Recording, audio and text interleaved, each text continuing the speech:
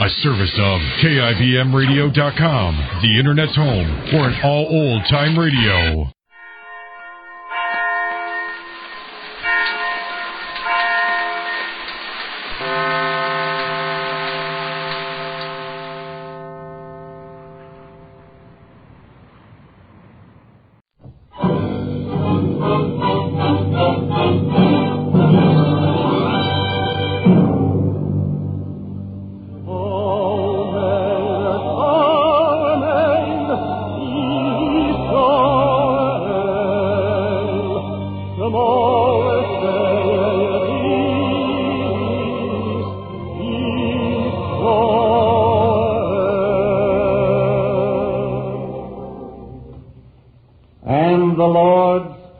Unto Moses, saying, Command the children of Israel that they bring unto thee pure oil olive, beaten for the light, to cause the lamps to burn continually in the tabernacle of the congregation.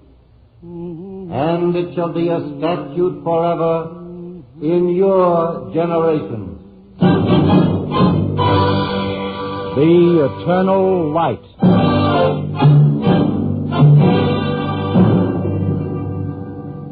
The National Broadcasting Company and its affiliated independent stations bring you Chapter 8 of The Eternal Light.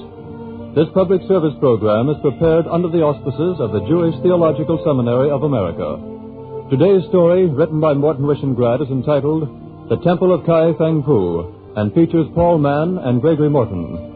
Following the dramatic portion of the program, you will hear a talk by Dr. Samuel S. Cohen.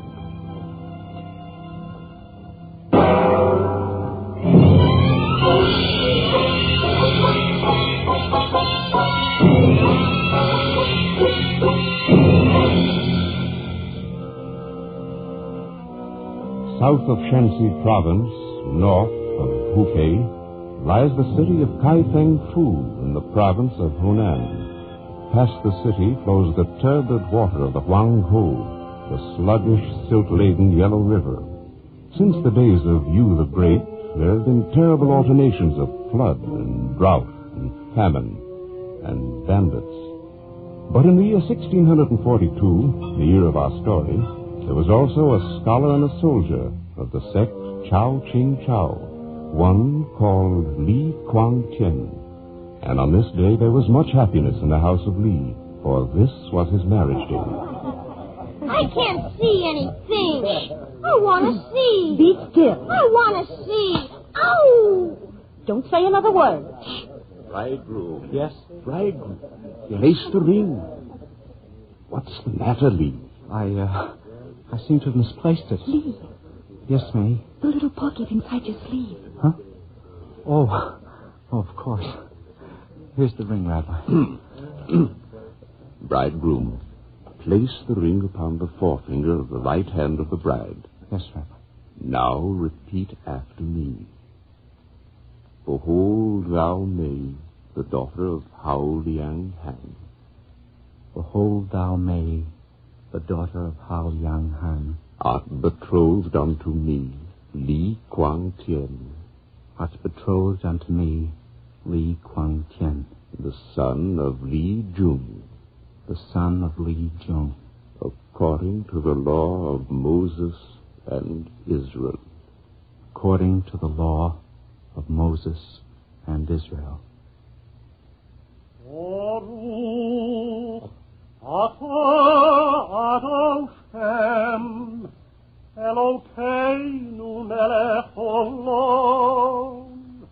Blessed art thou, O Lord, King of the universe, who hast created joy and gladness, bridegroom and bride, mirth and exultation, pleasure and delight, love, brotherhood, peace and fellowship.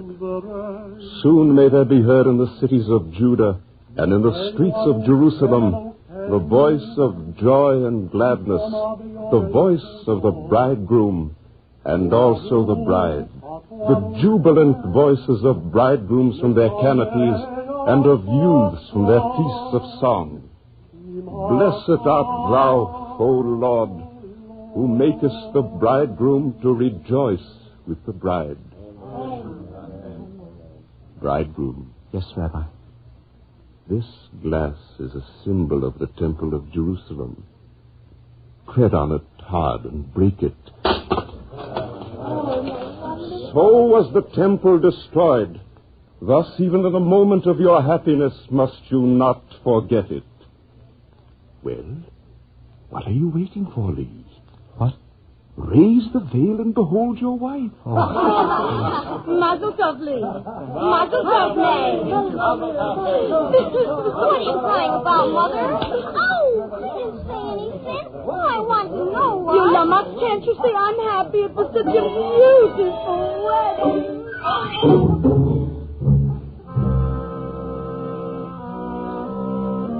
Thus did I, Rabbi Moshe, perform a marriage service.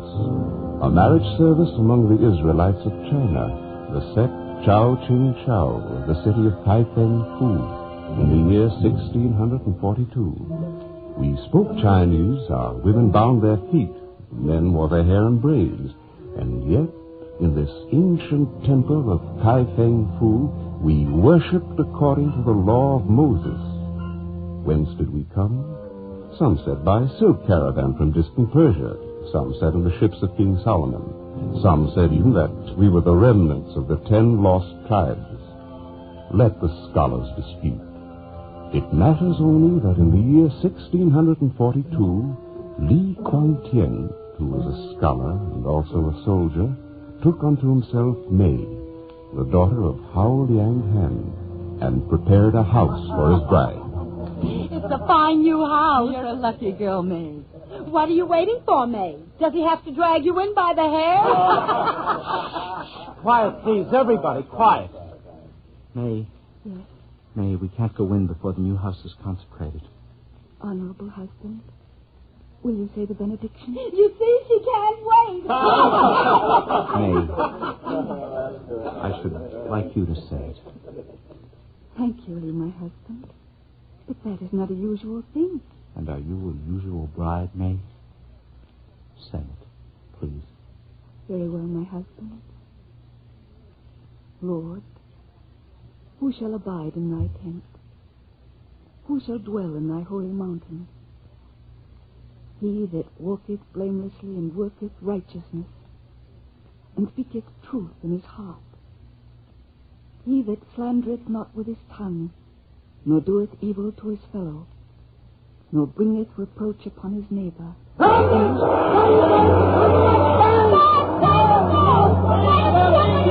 don't care. In a moment. Go with them, Lee. You're a soldier. It's our wedding day, little May. Only the first. There will be many others. Thank you, May. Thank you. You see, I do not weep. I know what is written in our book of laws. In wars that are a duty, everyone must go forth. Even the bridegroom from his chamber, and the bride from the wedding canopy. You see, I do not weep. May, little May, truly you are the wife of a scholar. A soldier's wife also. Go to the May. Go to your troops.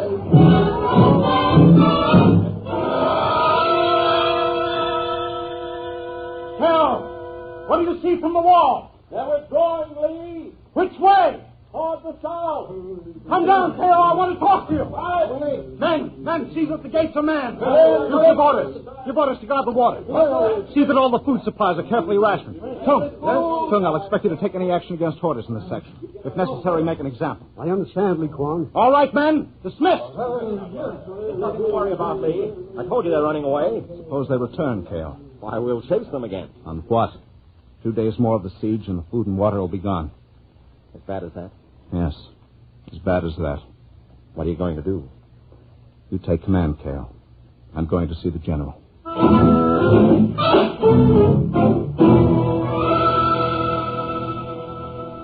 You've done good work, Lee. Kaifeng is proud of the Israelite battalion. Thank you, sir. We're Chinese. This is where we've lived for 900 years. Like you, we're only defending our homes. Good. Now, what's troubling you? The river, sir. They won't come that way. Our boats are patrolling. That's not what I mean, sir. Hmm? Suppose they use the river against us. Suppose they break the dikes and flood the city. Yeah, absurd. They're after loot. And it's going to ruin what they come after. Maybe they would. Yeah, maybe they would at that. That's what I thought, General. If only we knew their plan. 500,000 lives depend on it. Let me go, General. Hmm? When night comes, I can swim across the river. Don't be a fool. I'll cut you into little pieces. You said 500,000 lives, General. All right, Lee. You better go home and tell your wife.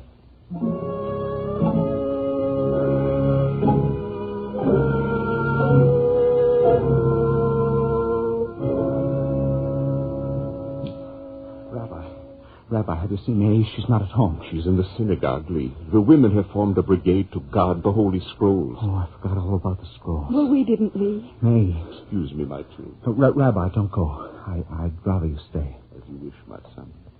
May, I know, Lee. I know you're going. Teo told me. May, It's all right, Lee. I've cried already. I won't cry again. I don't know what to say. I ought to be full of speeches.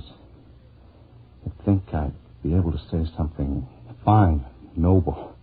You don't have to say anything. I wish I could go for you, Lee. I'm an old man. I'm not worth much anymore. Don't say that, Rabbi. Well, it's true, Lee. The young and the strong go out to die, and the weak and the old remain safe behind. It's senseless. I am just a useless old man. All I can give is my blessing. Then give us that, Rabbi. No. What good are words? Please. I want it also. All right. I will give you Jacob's blessing. Blessed shalt thou be in the city, and blessed shalt thou be in the field. Blessed shall be the fruit of thy body, and the fruit of thy ground, and the increase of thy cattle, and the flocks of thy sheep. Blessed shall be thy basket and thy store. Blessed shalt thou be when thou comest in, and blessed shalt thou be when thou goest out. The Lord bless thee and keep thee. The Lord make his face to shine upon thee, and be gracious unto thee. The Lord lift up his countenance upon thee, and give thee peace, May. And thou, Lee Kwang, peace to you and to your generations.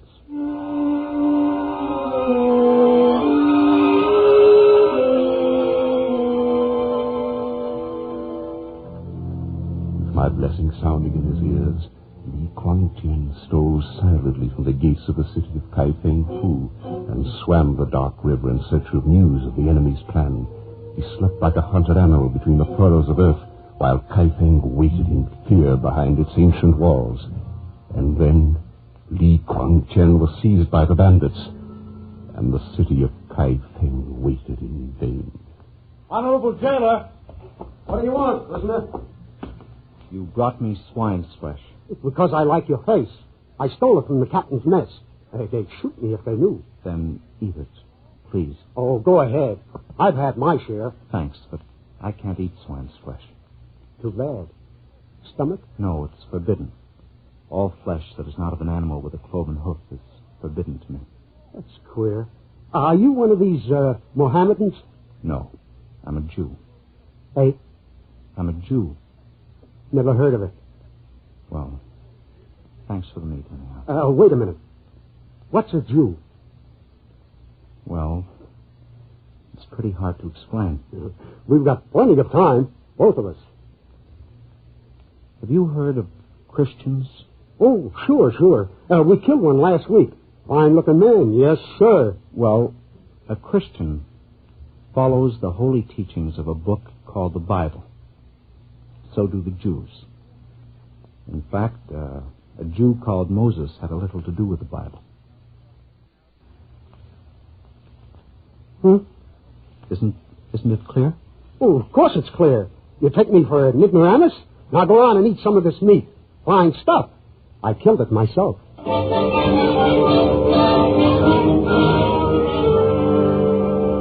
Hey, prisoner! What's that? What did you call me? Prisoner? You sick? I'm the jailer. You're the prisoner. Am I? You're absolutely right, you are. Why, you're locked up. You can't go anyplace. I see to it. Can you go any place? Hey? Can you go any place you want to? Well, don't be a fool. I've got to watch you. I'm your jailer. Yes, sirree. I see. I can't go any place. That's the idea. And you can't go any place. Huh? You have to watch me. Hello, prisoner. Say, yes, hang it, you're right. What do they think they're doing to me?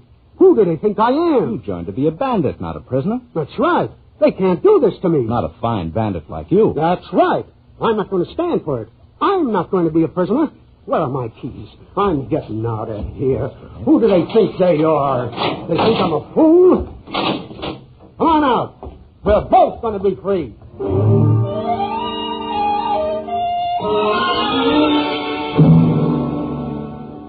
Li Kuang-chen escaped, but there was still no gladness in his heart. For 500,000 men and women waited behind the besieged walls of Kaifeng for a message. And then one night, while he lay hungry and cold outside the tents of the enemy, eyeing the warmth of the campfires, listening to the laughter of the men, he heard... No use losing more men. That's what I say. Let's break the dikes. Huh? Break the dikes. Yeah, serve them right. When? Maybe tomorrow, maybe the next day. We'll plan it carefully.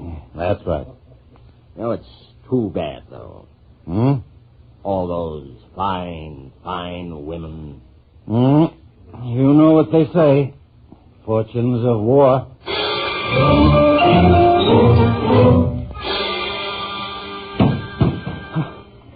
You've got to help me. Old woman, you've got to help me. I must reach Kaifeng. Go away. Lives depend on it, old woman. Am I stopping you? No, my hunger is. I can't go further without something in my belly. Then you've come to the wrong place. There's no food here. If it's money, I've got silver. Keep your silver. It's no good to me. Please, old woman, I need strength to swim the river. I haven't eaten for 5 days. In China, that's not a long time to be hungry. Old woman, please, I'm desperate. 500,000 people are desperate. There is no food in the house. Here, that's all I have. I have nothing. Are you telling the truth? By my ancestors.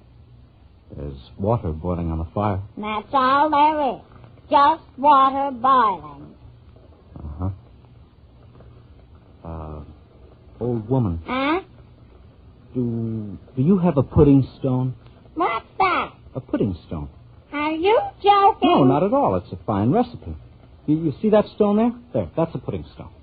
This one here? That's right, of course. You just drop it in the boiling water. It'll make a delicious pudding. Well, drop it in like this? Uh-huh.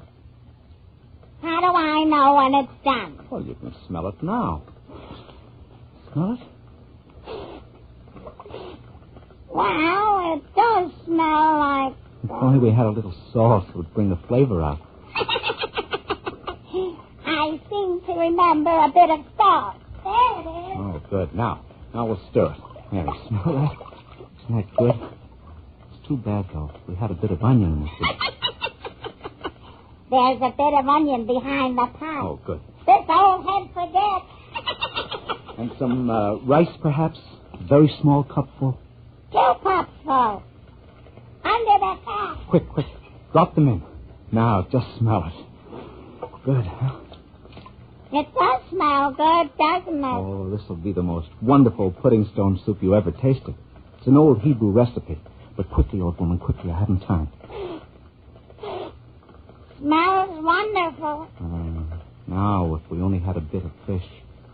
Too bad. Right under the bamboo leaf. Ah, you're a brilliant woman. Drop it in. I can hardly wait. What a smell. Better than incense. Wait till you taste it.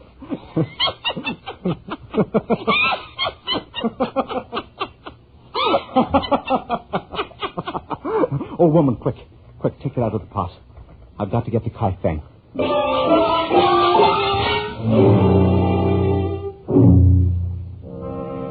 Li Kuan-chen left his silver and his hunger and the pudding stone in the cottage of the old woman. There was strength in his body now for the swim across the Yellow River. The water was cold. The silt choked his eyes, but he did not stop swimming. We opened the gates of Kai Feng Fu for him in the dead of night, and the alarm sounded.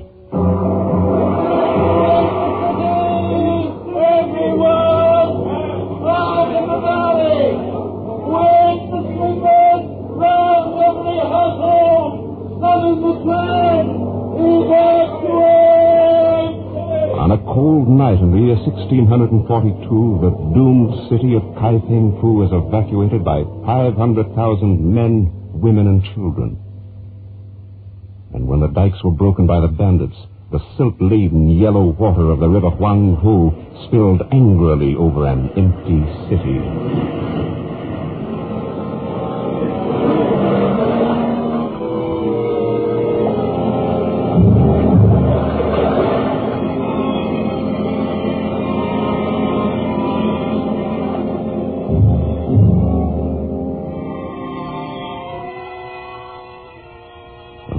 Had receded, the survivors of the siege of Kai Feng Fu returned, and among them the people of the Israelite sect, known to them as Chao Ching Chao, and an old man, and a hero, and a hero's wife, stood among the ruins and surveyed a dead city.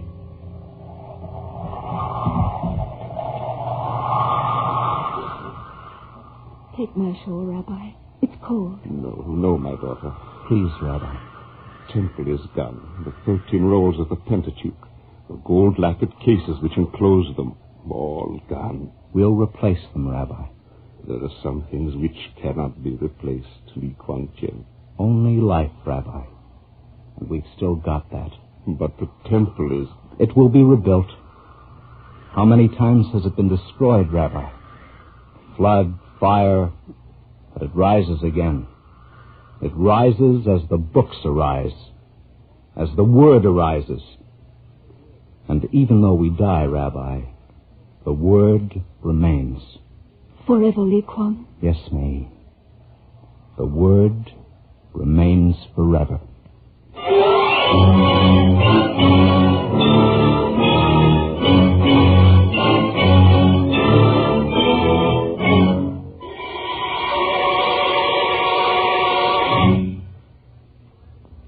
Copies of the script you have just heard, including the talk which follows immediately, may be obtained free of cost by writing to the Jewish Theological Seminary of America, 3080 Broadway, New York 27, New York.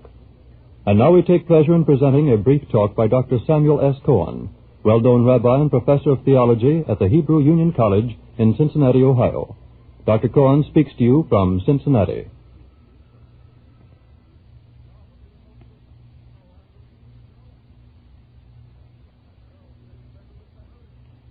College are 59 Chinese manuscripts consisting of sections of the Pentateuch, rituals, and records.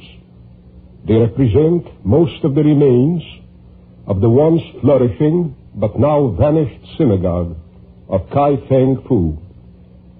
That synagogue was built in 1163 and was reconstructed several times thereafter, following inundations and other disasters. In its form, ornaments, and equipment, it resembled a Chinese temple. It was a structure 60 by 40 feet. Together with other communal buildings, it covered a space of from 300 to 400 feet by 150 feet, containing 4 courts which proceeded from east to west. The place bore the name Temple of Purity and Truth. In the center of the synagogue stood a kind of pulpit or chair of Moses, from which the Torah was read. On a tablet in front of it was inscribed the emperor's name, with a prayer that he may live forever. From the dome above were suspended the Hebrew words, "Hear, O Israel, the Lord our God, the Lord is one," and other appropriate verses. On a table by the door at the east end stood 6 candelabra, a vase for incense, and a tablet recording the kindness of the emperor who directed the burning of the incense. At the western end, that is directed toward Jerusalem, on an elevation stood the house of heaven, or ark, with steps leading up to it on both sides. Within it were deposited 13 scrolls of the law. Nearby were also 2 tablets inscribed with the 10 Commandments in letters of gold. The Chinese Jews so thoroughly assimilated themselves to their surroundings that they were indistinguishable from their neighbors in language, dress, and manners. Only in religion they stood out from the rest. They were on their guard against idolatry, zealously professed the unity of God, observed the holy days, koshered their meat, and generally conformed to rabbinic teaching. About 1800, their last rabbi died. With the consequent disappearance of all knowledge of Hebrew and of Jewish tradition, the community rapidly disintegrated. Public worship ceased, and personal observance fell into neglect. Ruined by civil disorders and floods, the impoverished people sold their venerable synagogue piece by piece to the Mohammedans and disposed of their monuments and manuscripts to the Protestant missionaries. Though the light of Judaism died out in Kaifeng, a glimmer of hope still lingers on. When Mr. David Brown visited the survivors of this orphan Jewish colony in 1932, they grieved for the religious spirit that went out of their lives and asked for a school that their children might learn the meaning of their Jewish past and walk in the ways of their forefathers. May their prayer not remain unanswered when peace will be restored to the world.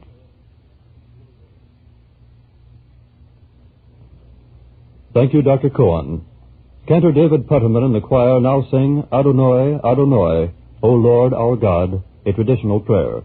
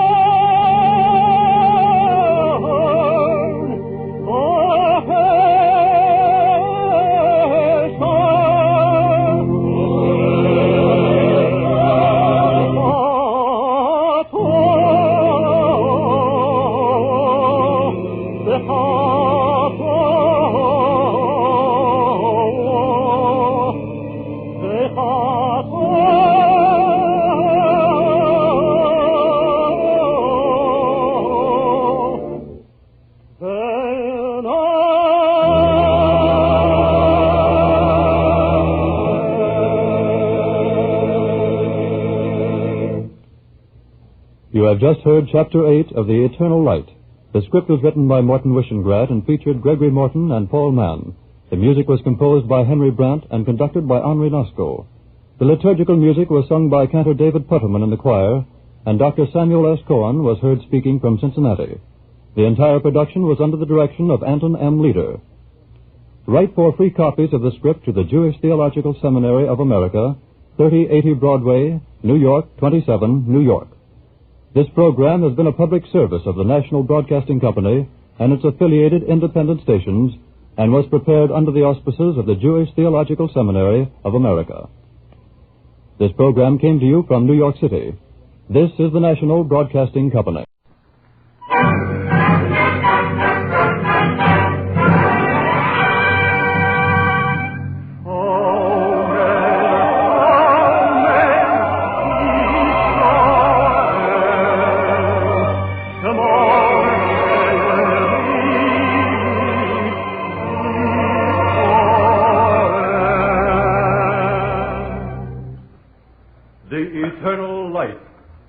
And the Lord spake unto Moses, saying, Command the children of Israel that they bring unto thee pure oil olive, beaten for the light, to cause the lamps to burn continually in the tabernacle of the congregation. And it shall be a statute forever in your generations.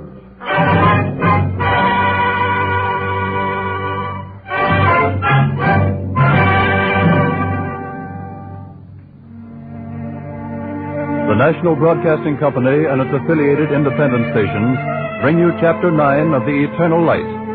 This public service program is prepared under the auspices of the Jewish Theological Seminary of America. Today's story, written by Morton Wishengrad, features Roger de Koven as Maimonides, the great philosopher-physician of the Middle Ages. Following the dramatic portion of the program, you will hear a talk by Dr. Max D. Klein.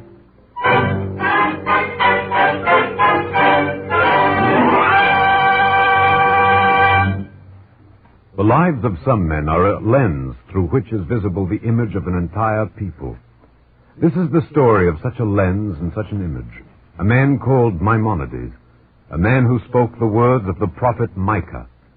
I will seek out the lost one, and that which has been cast out will I bring back, and the broken one will I cure.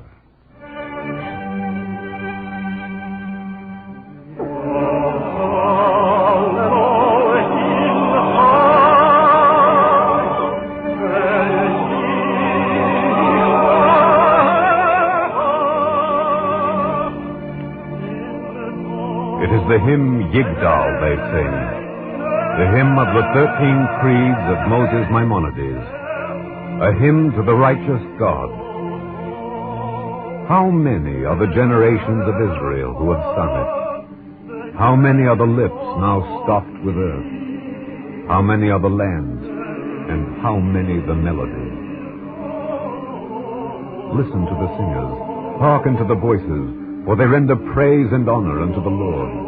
And also, perhaps unknown to them, they render praise to a philosopher, a rabbi, a physician, the man Maimonides.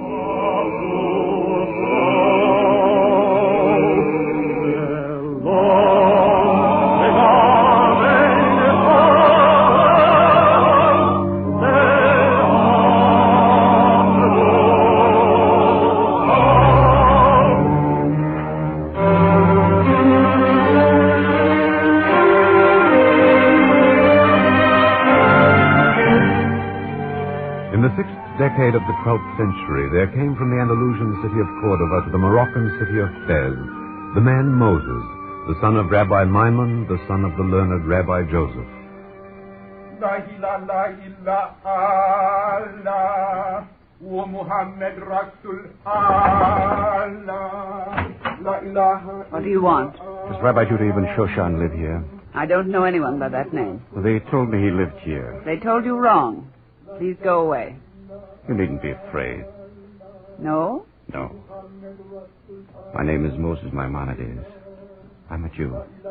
Prove it. Shouldn't my eyes prove it? There's pain enough there. Don't talk in riddles. I said prove it. Look, I wear the holy fringes. You fool. Do you want us both to die? Cover them quickly. You ask for... Don't stand there. Quick, inside.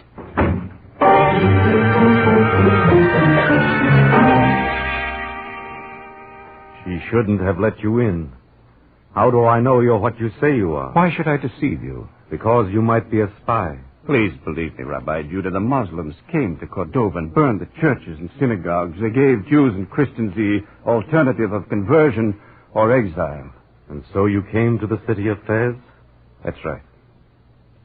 I'm afraid I can't believe your story. In the name of heaven, why not? Because Fez is also a Muslim city. Only Muslims may live here. I know that. I know that every Jew lives in fear of his life. But you believe me? I can believe only what is proved. The fringes I wear, Rabbi Judah. A spy can wear fringes. Well, then open this box. You'll find my phylacteries in it. A Muslim spy could also carry phylacteries. I'm afraid I'm not convinced. Then test me. I told you I was a scholar of the law. Test me with Shavuos or Marcos, or if you will, Avos. A spy could learn the names of all the books of the Talmud. But a spy would not have in his heart what is in the books. No, that's true. All right. What did the men of the great synagogue teach? 3 things. To be patient in the administration of justice, to rear many disciples, and to build a fence around the Torah. Are you convinced, Rabbi Judah? Not yet, Maimonides. From whom did Antigonus of Soho receive the oral tradition? From Simeon the Righteous. Are you convinced now, Rabbi Judah? I don't know. Perhaps. Perhaps then the words of Yossi ben Yochanan. Let thy house be wide open, and let the poor be members of thy household. Forgive me, my son. Do you see how our enemies curse us? They render us suspicious. We have pleaded guilty to so many imaginary sins, we can no longer distinguish between the real and the imaginary. I make you welcome, Maimonides.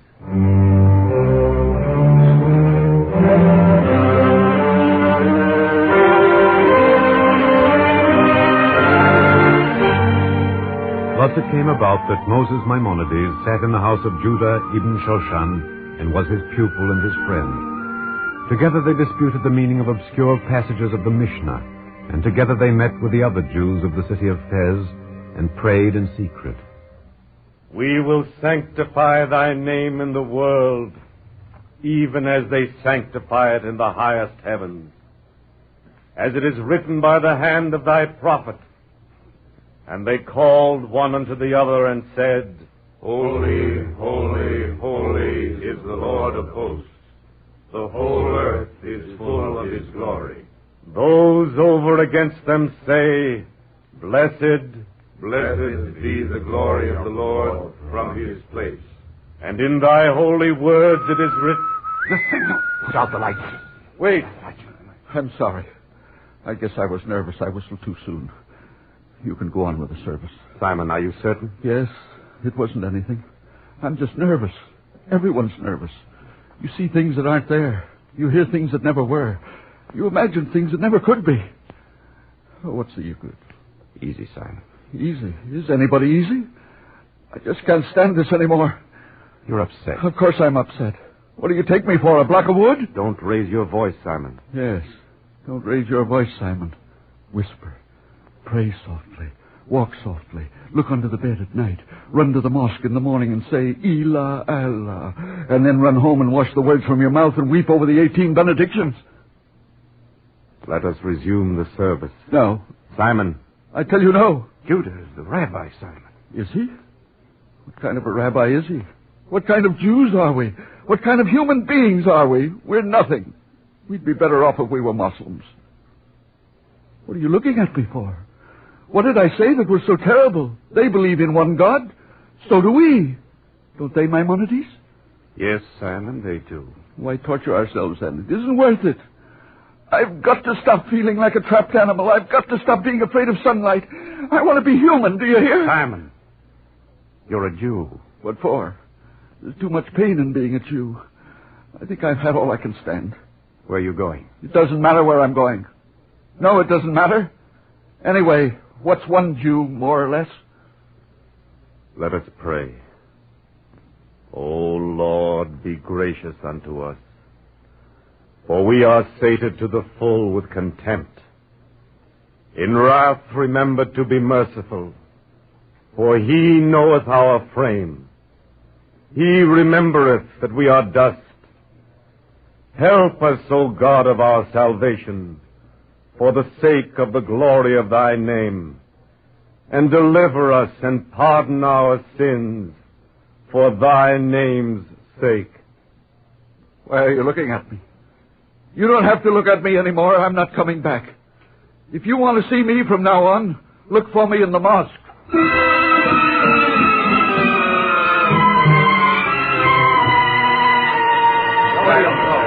I tell you, please, everyone. Wrangling will not help. Anger will not help. Fear will not help. If we are befallen with evil, let us not meditate on iniquity. We waste our days in vanity. We hunt shadows. We think meanly of ourselves and of Simon. Do you defend him, Maimonides? He's a human being. Shouldn't I defend him? He is an apostate. Not yet. He's seen at the mosque every day. So are you, Samuel. You know it's different with me. Well, then why shouldn't I believe it's different with Simon? Maimonides. Yes, Rabbi Judas. Simon hasn't prayed with us for more than 3 weeks. He will come back. Suppose he doesn't come back. Then what can we do? At least you don't have to defend him. But I must defend him. Who are we to judge him? Besides, he isn't lost to us. He is lost, Maimonides. You're wrong. I saw this happen in Andalusia. We cling to the faith with both hands. Perhaps we should cling with one hand and use the other to help those who cling by one finger. He is an apostate, Maimonides. Judah, you are a rabbi of Israel. It's your duty to teach, not to recriminate. Aren't you going to answer, Rabbi? Maimonides is right. Samuel. I say he's wrong. I say we're wrong to listen to him. Samuel. I won't listen to you. Then listen to the words of the prophet. I will seek the lost one, and that which has been cast out I will bring back, and the broken one I will cure. Quote until you're blue in the face. I'm not satisfied. If my own rabbi won't take a stand, there are rabbis in Syria or Jerusalem who will. What are you going to do, Samuel? Do what should have been done before. I'm going to write to the rabbi of Syria for his opinion.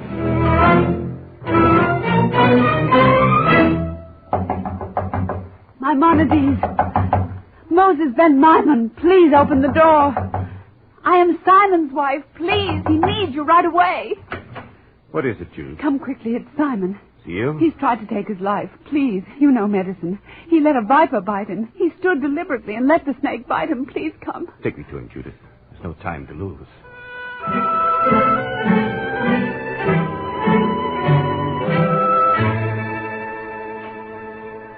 Let me alone. Don't interfere. Hand me that cord, Judith. Here it is. Go away. Judith, I'm going to tie this ligature above the bite to prevent the poison from reaching the vital parts. Let me alone. Can I do something? Yes, have you any sores in your mouth? No. Simon, tell me when this gets too tight. Judith, cover your lips and tongue with olive oil. Right away, but why I want you to suck the poison out. How's that, Simon? I can stand it. Do you still want to die? I'm not sure now. That's right, Judith. Don't be afraid. Draw as much out as you can. Why did you do it, Simon? Leave me alone. Please, I want to know. That's right, Judith. Keep on. Simon.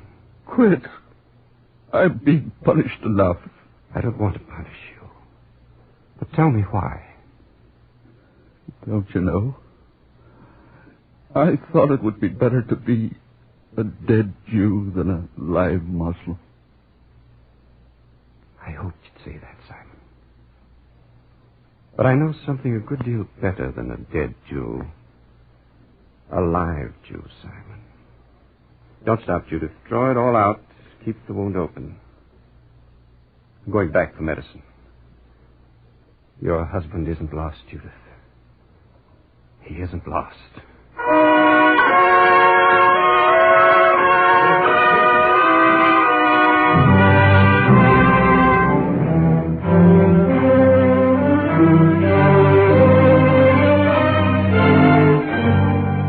Simon lived. Maimonides returned with medicines and stayed by his side. He put cups upon the swollen leg and did not sleep through 3 days and 3 nights. On the 4th day, Maimonides returned to the secret synagogue of the Jews of the city of Fez. Not to triumph, but to face Samuel, who was now a more bitter foe than the bite of a viper. I have the letter of the rabbi of Syria. Yes? Shall I read it? I'm tired, Samuel. You can tell me about it. He says we're living a lie. Go on. That's enough, isn't it? What else does he write, Samuel? Maimonides doesn't want to hear it. I didn't say that, Samuel. You look it. But why should I spare you? Why should I spare any among us? Except for Maimonides, we're all alike. We all go to the mosque. We all say there is no God but Allah. And Mohammed is the prophet of Allah. And Maimonides, what good is it to us if you court martyrdom for yourself? Samuel, it's only a formula to save lives. It's idolatry. The rabbi of Syria says so. We aren't Jews. That isn't so. You are Jews in every respect by your devotion to the law, by your prayers, by your righteousness. Our prayers find no acceptance before God. Our secret performances are futile. Shall I read what the rabbi says? Yes. The only course for a steadfast Israelite is to accept martyrdom rather than yield. He's right. And yet, how many hundreds of miles does your rabbi live from here, Samuel? That's irrelevant. Is it? Is it irrelevant that where he lives no one persecutes him? Is it? Is it irrelevant that he sits safely in his chair and is a hero at your expense? Well, is it, Samuel? Yes. Then you don't know. Is there not agony enough in Israel? Are we not already scattered and fugitive enough without this easy heroism that comes from a safe distance? God in heaven, is there a man who has the right to demand martyrdom at the expense of your life? I'm sick of the scoffers who pray only with the lips. I'm sick of the heroes who sit safe in their chairs and turn their faces toward the wall. Can you read the law with your tongue while your heart is the hardness of stone? Tell me, Samuel, can you? You don't answer. Why don't you answer? The words come so easy. All right, Samuel, call the entire congregation, every man, woman, and child. We shall see what we have to do.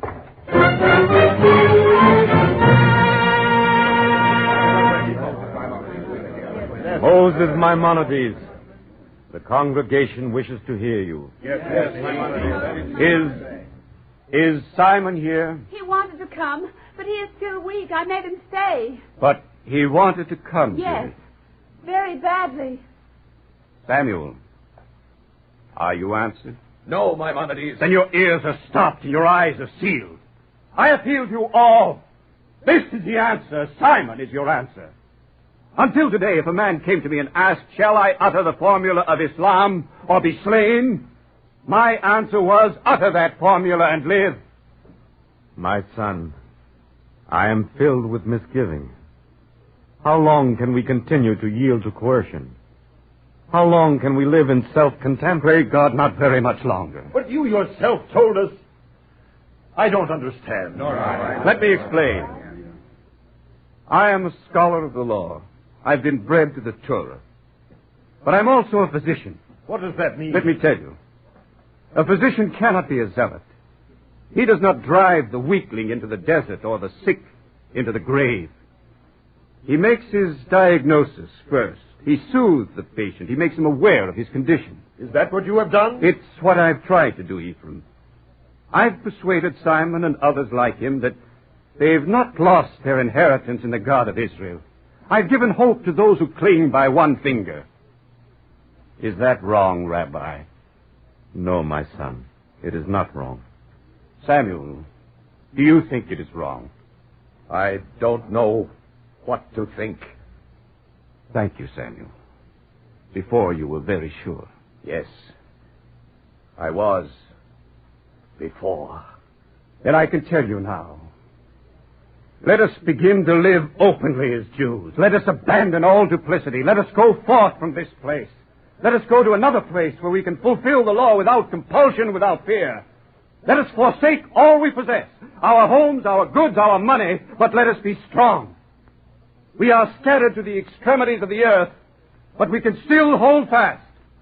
Strengthen one another, each the other, the great, the small, the few, the many. Let us raise our voices in a faithfulness that will never fail.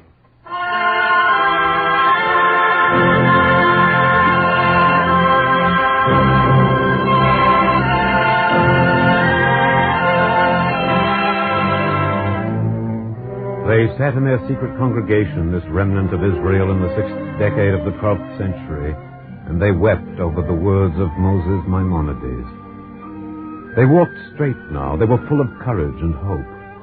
It was a great thing that had been done to them. And yet the consequence was evil, for they were too brave, and they forgot where they were. You weren't at the mosque today, brother. That's so, isn't it? Yes, I wasn't at the mosque today. Simon, they're asking questions about you. Tell them I've stopped asking questions about myself. I give you a word of caution, Judah. It's known that there are open prayers at your house. Thank you, Ibrahim. But the prayers will continue. Judah, I'm a Muslim, but I'm your friend. You're being watched. You make me feel younger. Judah ibn Shoshan. Yes, that's my name. Come with us. What for? Don't you know? Rabbi? You're a prisoner of the Caliph.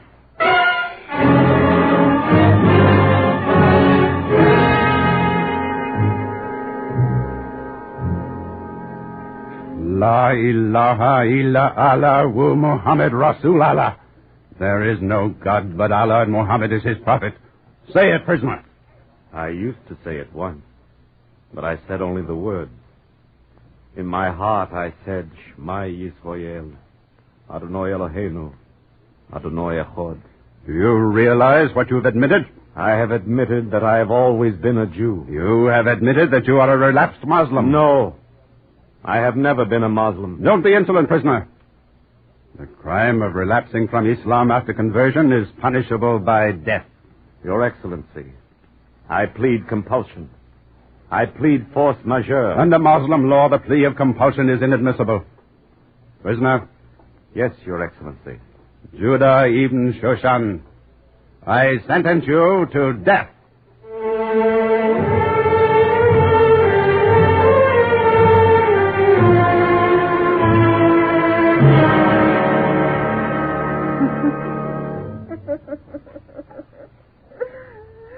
Judah ibn Shoshan, the God in whom you trusted will deliver thee from the snare of the fowler and from the noisome pestilence. He will cover thee with his pinions, and under his wings shalt thou take refuge. His truth is a shield and a buckler. Thou shalt not be afraid of the terror by night, nor of the arrow that flieth by day. Blessed be the true judge, all whose judgments are righteous and true. Shema Yisrael, Adonai Eloheinu, Adonai Echad. Yigdol Elohim Chai, Ve'yishtabach, Nimetzot Ve'einei, El Metzius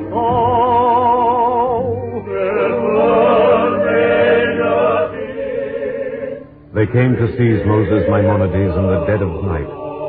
But he and the Israelites of the city of Fez had already departed. And Moses Maimonides settled in the city of Cairo and became physician to the great Saladin and a sage of Israel.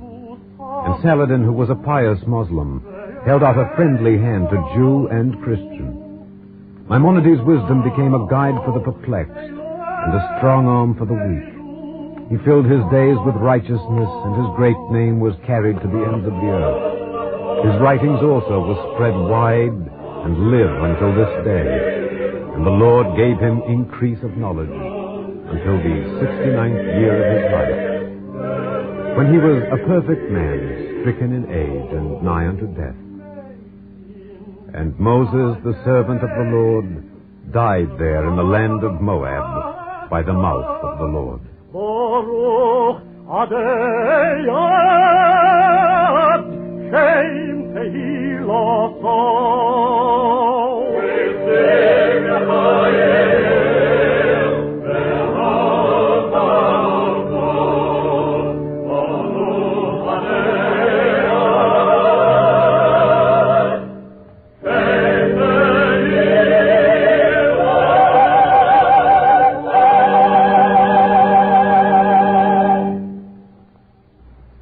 Copies of the script you have just heard, including the talk which follows immediately, may be obtained free of cost by writing to the Jewish Theological Seminary of America, 3080 Broadway, New York 27, New York.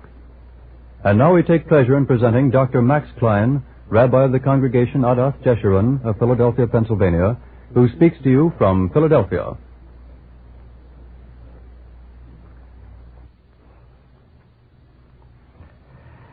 Freedom from fear, one of the great utterances of the President of our country, is an aspiration that gives heart to millions struggling in many lands today.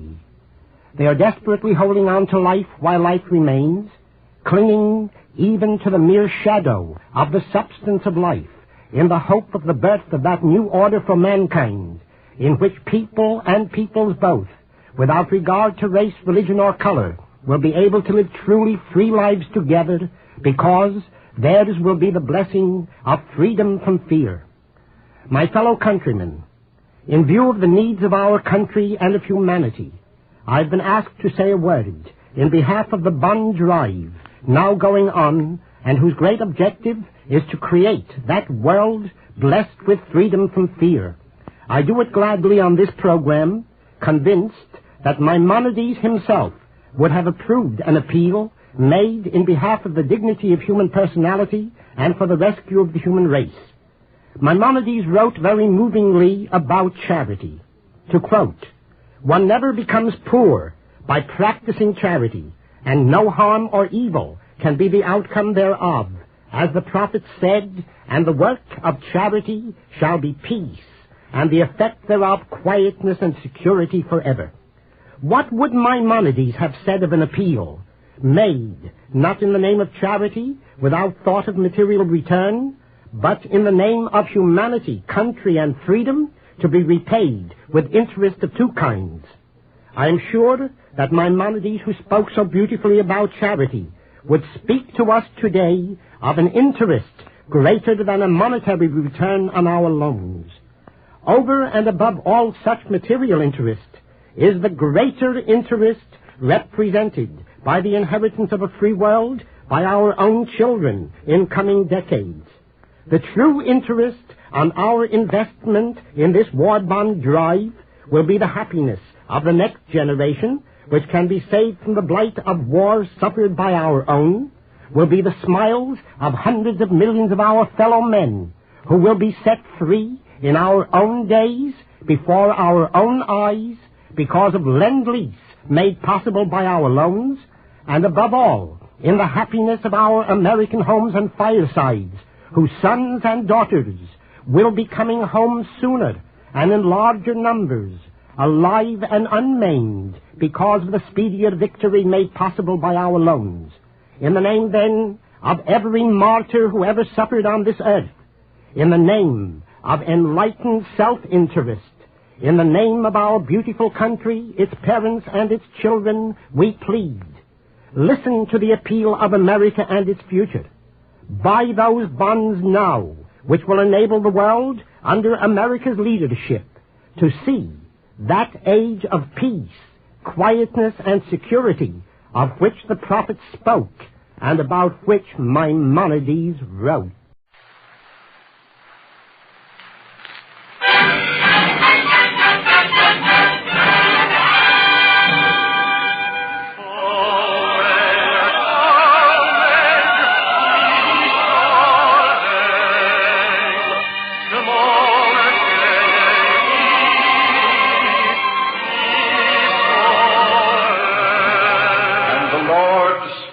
Moses, saying, Command the children of Israel that they bring unto thee pure oil olive, beaten for the light, to cause the lamps to burn continually in the tabernacle of the congregation.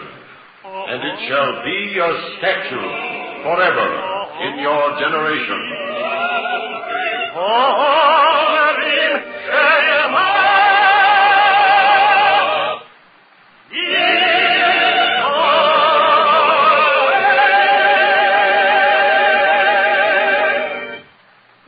Eternal light.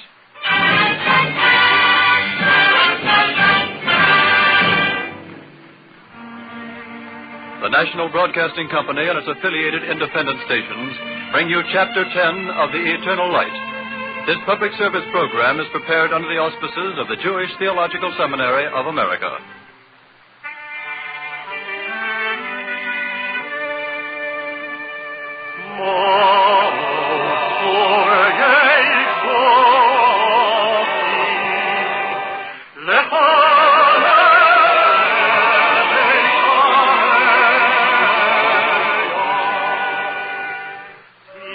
This evening at sundown, millions of the Jewish faith throughout the world begin the celebration of the Feast of Lights, Hanukkah.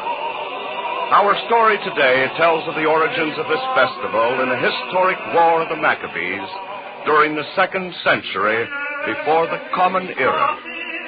Our story is written by Morton Wishenbrand and features Bernard Lenrow as narrator and Louis Van Rooten as Maccabeus.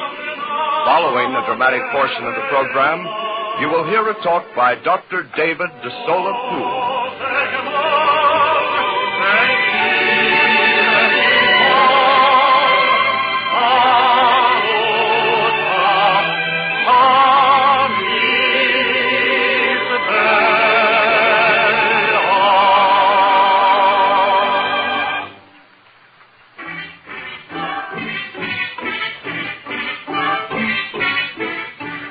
The city of Mosen. Half a league by the straight road.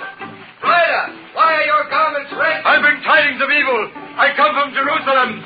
Jerusalem is laid waste. Children inside the house. Oh, we're on the wall. Let's get inside, quick. Rider, let me give your horse some water to drink. Rider, he'll fall. No time to lose. Thanks anyhow, my friend. What news, messenger?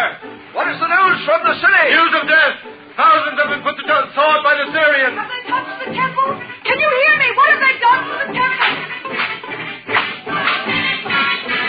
Have they been put to the temple? Have they done anything to the temple? Desecrated. The altar plundered. Which way to the house of Mattathias and his wife son? Keep to the road. Directly ahead. Thanks. I must reach Mattathias before dawn.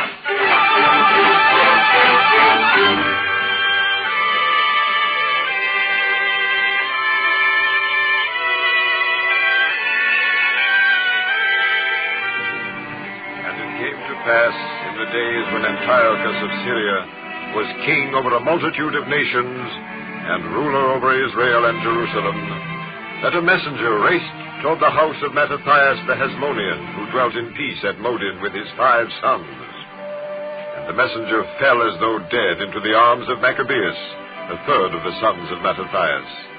And Maccabeus gave him to drink and saw to his horse. And when man and beast had drunk their fill, Maccabeus listened to the bearer of news. They came without warning. They didn't even give us time. Easy, man. Horsemen, chariots, soldiers on elephants. We didn't even have a stick in our hand. How many were slain?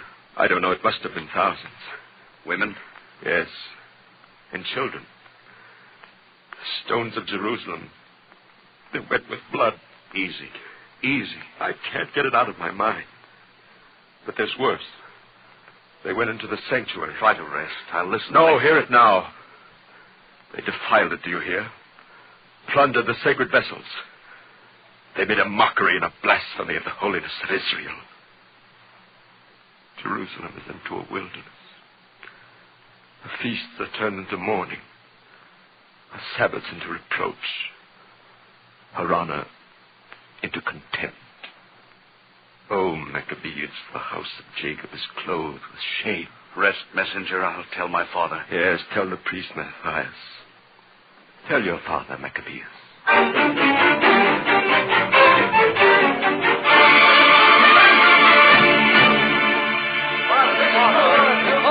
My sons, give me pause to think. There's a time for thinking, Father, but this is not the time. Perhaps you're right, Maccabeus. This is a time for weeping. Let us lay aside our garments and put on sackcloth and cover our heads with ashes. Not weeping, Father. Not weeping, not wailing, not lamentation. Let there be lamentation among the enemies of Israel. Yes, let there be lamentation. Be still. Are these the sons of a priest of Israel who speak? Do we study war or do we study the law? Now we must study what our enemies make us study. After all that is done. Listen to me. Listen, all of you. You are my sons. You are the sons of the house of Jacob. Peace is your profession. If we are afflicted, let us render praise to the just God who afflicts us.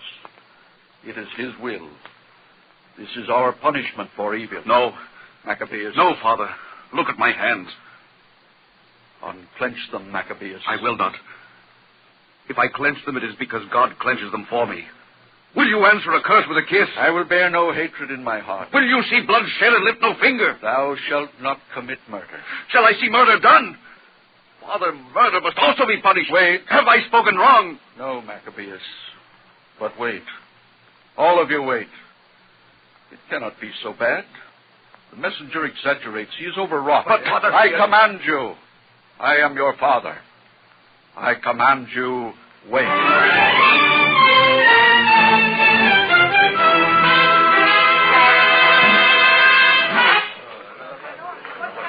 Hear ye! Hear ye! It is the royal command of Antiochus Epiphanes, ruler over all Syria, Israel, and Jerusalem, that in all the cities of Judah there be built altars and shrines and temples unto Jupiter. It is the royal command that henceforth and from this 25th day of Kislev that you renounce the God of Israel. You still say wait? Father, do you still say it? Yes, Maccabees, I say wait. Give no provocation. It will pass. It will pass.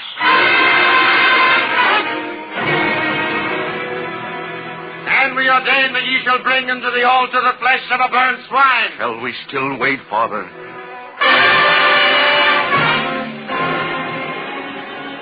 Henceforth no Israelite may circumcise his son, or keep the Sabbath, or read forbidden books. Shall we still wait, Father?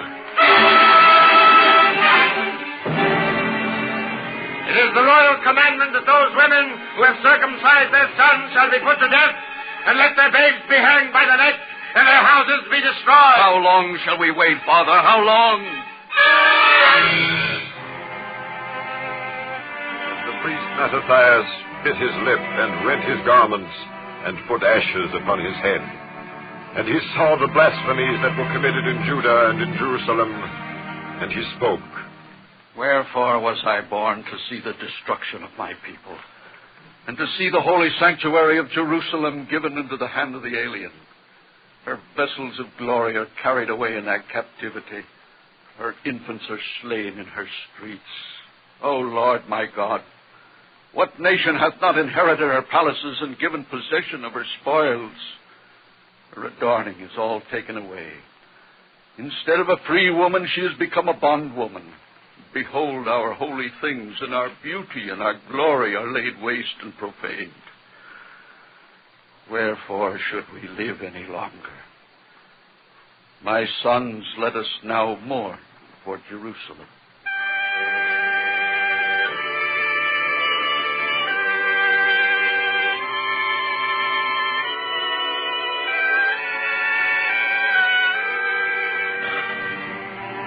It is written that to the city of Modin came officers of the king to enforce the apostasy.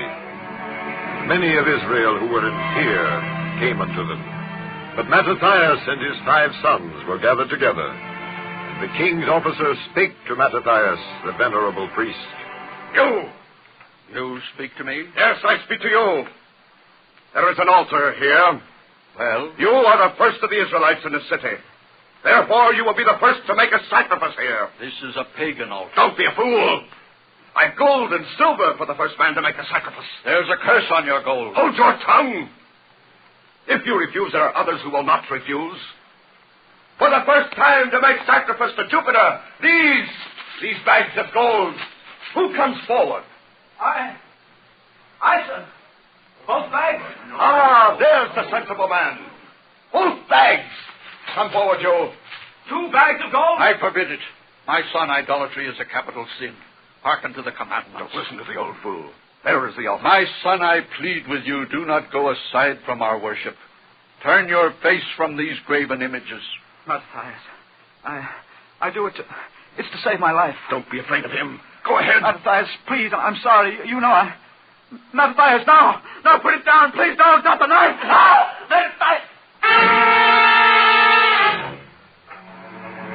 And Mattathias, the venerable man of God, seized the knife that lay upon the pagan altar and slew the apostate. And he slew the officer of the king upon the altar. And he did not weep for his act, nor his son Maccabees, nor the other sons of his loins. And Mattathias stood among the people and said, Maccabees, you were right. There is a time for waiting and a time for weeping. But now it is a time for neither. We stand with you, Father. Good. Stand together, my sons. Stand together, Israel. Sons of Judah, stand together. What shall we do? People of Israel, Yes. Are you zealous for the law? We are, Mattathias. Will you maintain the covenant? You know we will. Will you abide this mischief and this profanation in the land? No. Then come forth with me. Come forth after me and my sons. Let us forsake all that is in the city and flee into the mountains.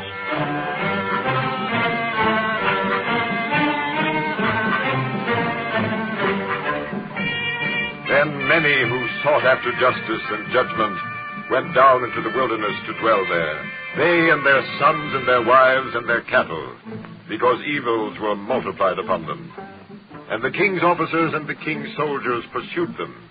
They pursued them in their might, and while they did not overtake Mattathias and Maccabees, who had gone before, they came upon others in the secret places of the wilderness, and an officer of the king shouted a command. You there, in the cave, King Antiochus offers you clemency. We stay here. You're entirely surrounded. Come out, Jews. If we come out, will you let us go in peace? That's more like it. Yes, we'll let you go, if you obey the commands of the king. No more of this stupid Sabbath observance. No more of your law. Today, the law is the law of Antiochus. Now think it over. We'll allow you to stay in your caves until dawn. Then we come after you. Think it over.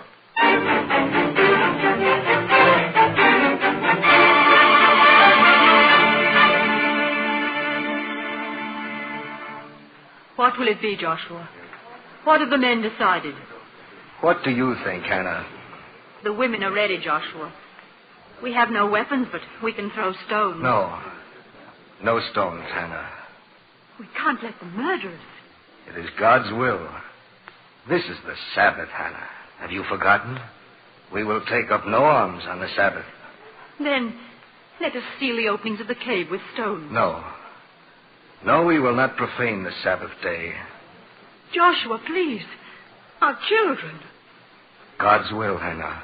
But before God, we are innocent. Then let us die in our innocence. And let heaven and earth bear witness that we were put to death without trial.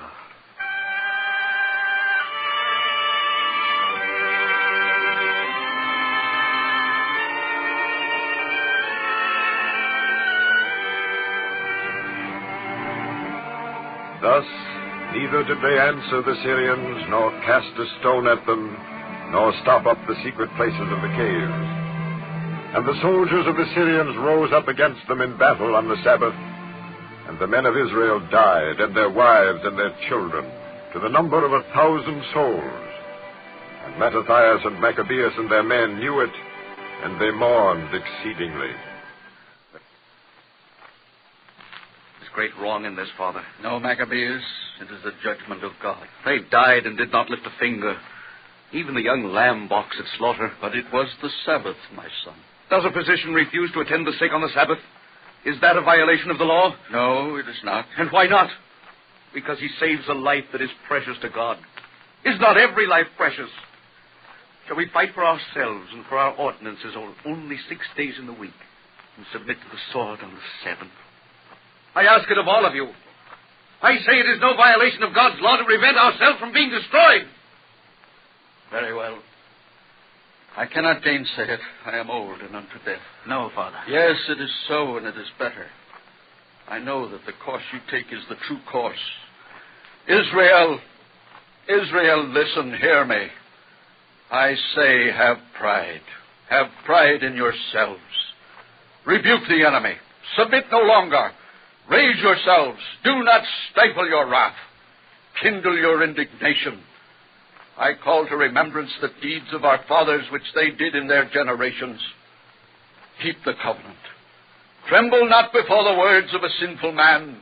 Be strong. Be firm. Show yourselves men in behalf of the law and avenge the wrong of your people. Render a recompense to the Gentiles and take heed to the commandments of Israel.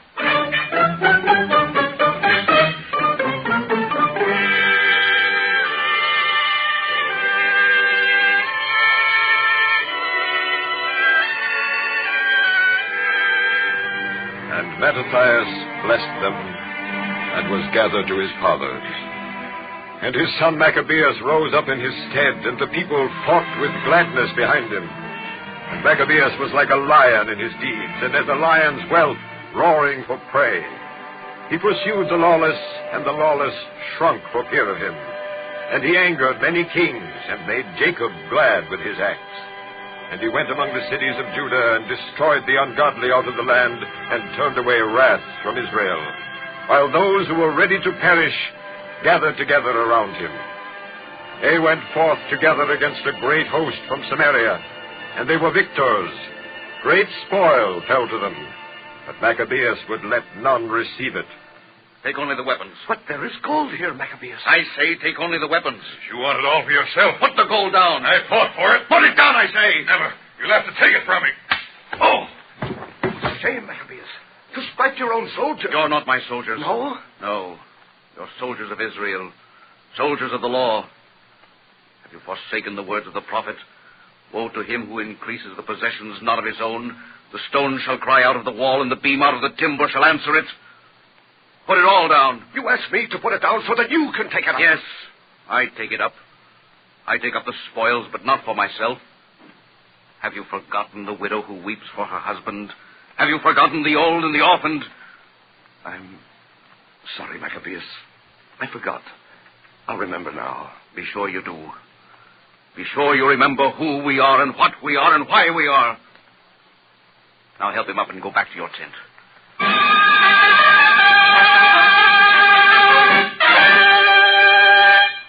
What is your muster, Eliezer? 6,000 men, my brother. Good. We march against the enemy. How can we, Maccabeus? They are many times 6,000. I have trust in God, Eliezer, and trust in the overweening insolence of the enemy. He is overconfident. It will be his undoing. Maccabeus, they have 40,000 foot soldiers and 7,000 horsemen. Eliezer, do you think strength is in the multitude? Order the trumpeter to sound the call. As you wish. Trumpeter! Sound the call! Yes, Eliezer.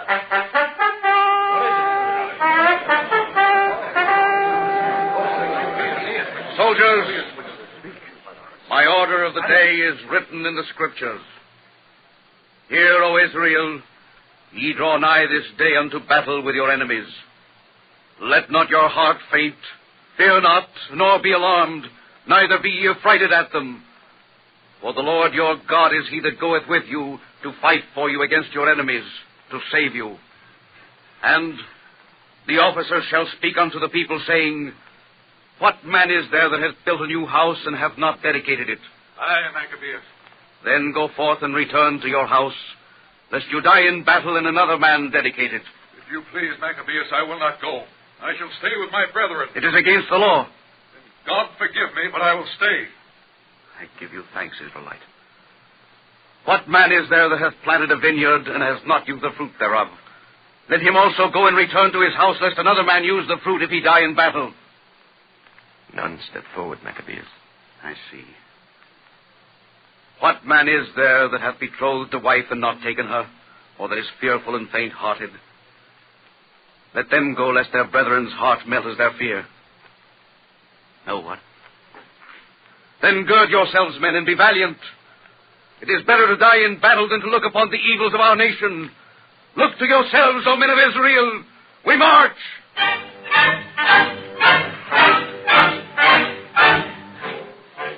The army of Maccabeus, the third son of Mattathias the priest, moved forth by night.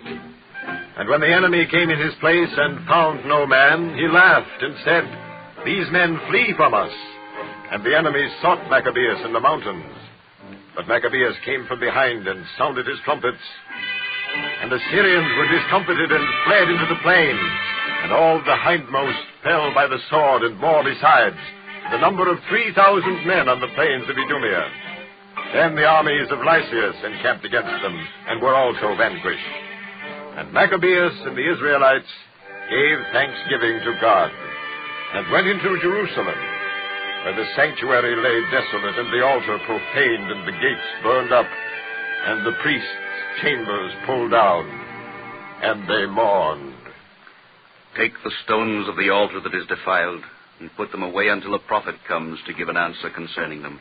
It will be done, my brother. Simon, you will see that they take whole stones, according to the law, and build a new altar. Yes, Maccabees. John, my brother, see to the holy vessels and the candlestick. New ones shall be fashioned. Good. Jonathan. Yes? See to the holy lights. Let the lamps be kindled again. The lights? Yes, I'll see to the lights, Maccabees. Let them be kindled well, for the light is eternal. And Jonathan, it shall not die.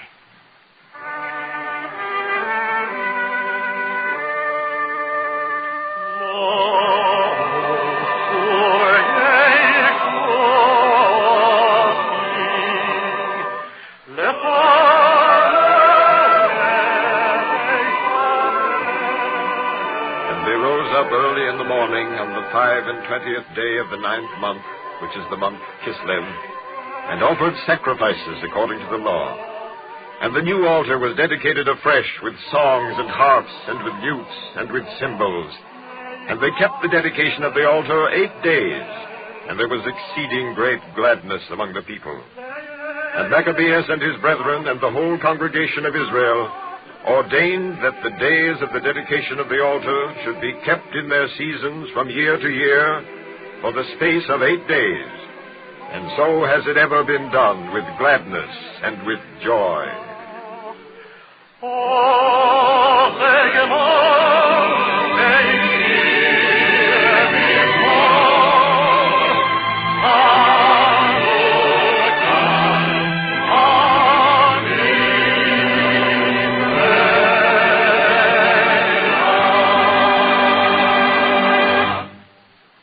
Copies of the script you have just heard, together with the talk which follows immediately, may be obtained free of cost by writing to the Jewish Theological Seminary of America, 3080 Broadway, New York 27, New York. And now we present a talk by one of the nation's outstanding religious leaders, Dr. David de Sola Poole, Rabbi of the Spanish and Portuguese Synagogue of New York City. Dr. Poole. In the dramatic program to which we have been listening, we have lived through a story of struggle that is curiously but encouragingly suggestive of the battle in which virtually all mankind is engaged today. Then, 2,000 years ago, it was only the tiny Jewish people which stood up alone against ruthless totalitarian pagan power. Then it was only the followers of Judas Maccabeus who, hiding in caverns and mountain retreats, organized an underground to battle in light-footed guerrilla warfare against the heavily armed, massive forces of tyranny. This little band of heroes battled through to victory and rekindled the eternal light in the sanctuary of the God of all mankind. Today the children of the Maccabees do not stand alone.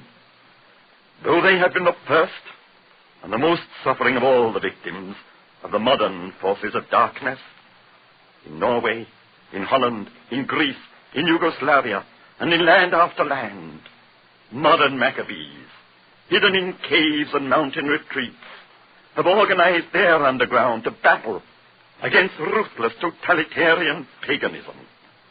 And today also, victory will be not with those who have been putting out the lights all over Europe, but with those brave forces of the Allied nations who are banded together to keep the eternal light undimmed. Who today is tending the eternal light? It matters not what be the denominational label given to our religion. For all of us who care for the eternal teachings of the eternal God, are ministers of the eternal light. All of us who believe in a God of justice, a God of love, a God of mercy, a God of truth, are devotees of the eternal light. All of us who revere a supreme God of all mankind, who gives his love not to one race or people as against another, but to all his children alike, are guardians of the eternal light. In these dark days, we need courage and the light of faith. The Hanukkah story of the victorious Maccabees stirs our courage and brightens the light of our faith. For today, there are millions who in the spirit of the Maccabees are sworn to keep alive the light of him who, when darkness was upon the face of the deep, said, "Let there be light," and there was light. The Hanukkah festival of light brings out to the world the brave faith of the prophet of old, that thy sun shall no more go down, neither shall thy moon wane, for the Lord shall be thine eternal light, and the days of thy mourning shall be ended. Thank you, Dr. Poole. Cantor David Putterman and the choir now sing a Palestinian Hanukkah folk song, Mia Malel. Who can recount Israel's heroes?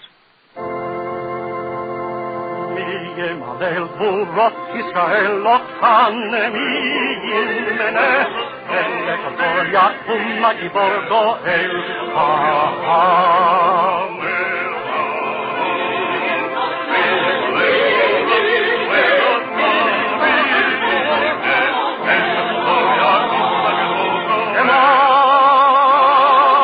Bayamim Hahem Bazman Haseh Maccabees Mosiah Uchoder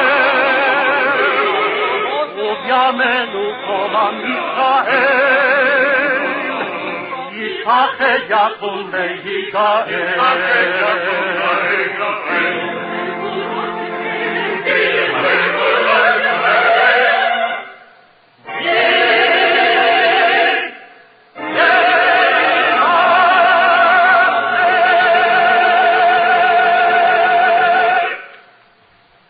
Today's script was written by Morton Wishengrad and featured Bernard Lenroe as the narrator and Louis Van Rooten as Maccabees. The music was composed by Henry Brandt and the orchestra was conducted by Milton Catums. Cantor David Putterman and the choir sang the liturgical music, and the speaker was Dr. David DeSolo Poole. The entire production was under the direction of Ira Avery. This was Chapter 10 in the series, The Eternal Light, a public service of the National Broadcasting Company and its affiliated independent stations. This program was prepared by the Jewish Theological Seminary of America. Copies of the script may be obtained free of cost by writing to the Jewish Theological Seminary of America, 3080 Broadway, New York 27, New York. This program came to you from New York City. This is the National Broadcasting Company.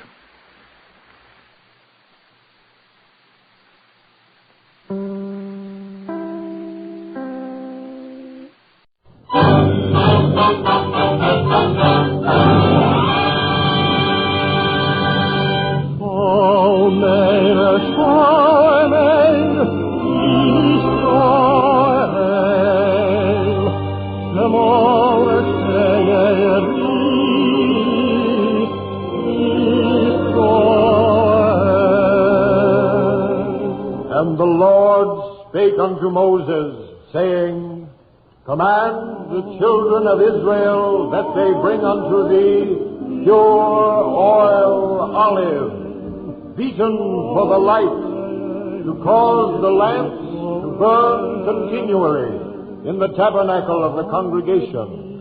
And it shall be a statute forever in your generations.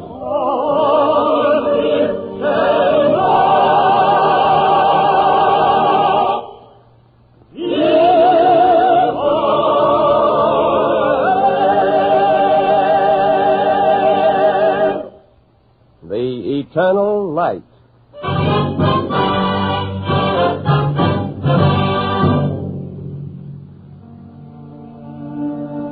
The National Broadcasting Company and its affiliated independent stations bring you Chapter 12 of the eternal light.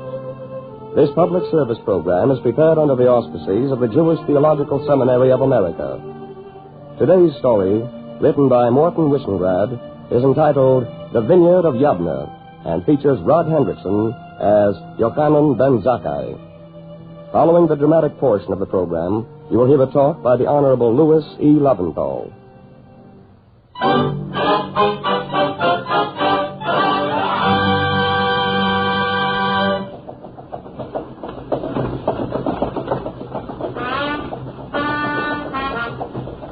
There are the walls, men. The walls of Jerusalem.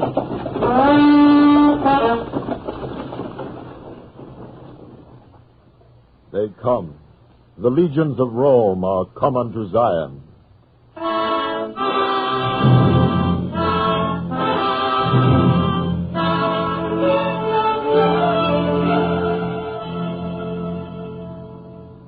Proudly with banners, the Roman legions of Vespasian and Titus are come with the sword unto Jerusalem. From Gischala in Upper Galilee to Beersheba in Idumea, there has been a terrible Roman harvest of red fruit. Israel is fallen to the conqueror, and now only Jerusalem stands and waits. It is dawn now. On Mount Moriah, the holy temple glitters in the sun like a hill of snow. The temple still stands.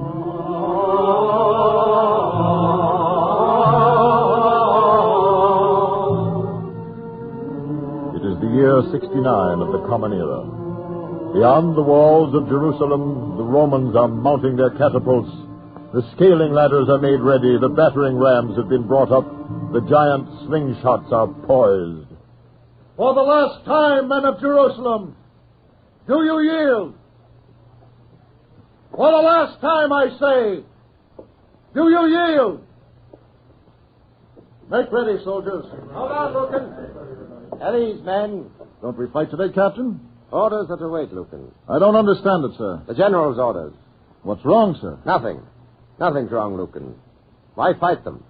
They're doing it for us. What's that, Captain? They're killing one another. What? That's right, Lucan. Inside those walls, the Jews are divided into 3 factions. I think they're going to save us a lot of trouble.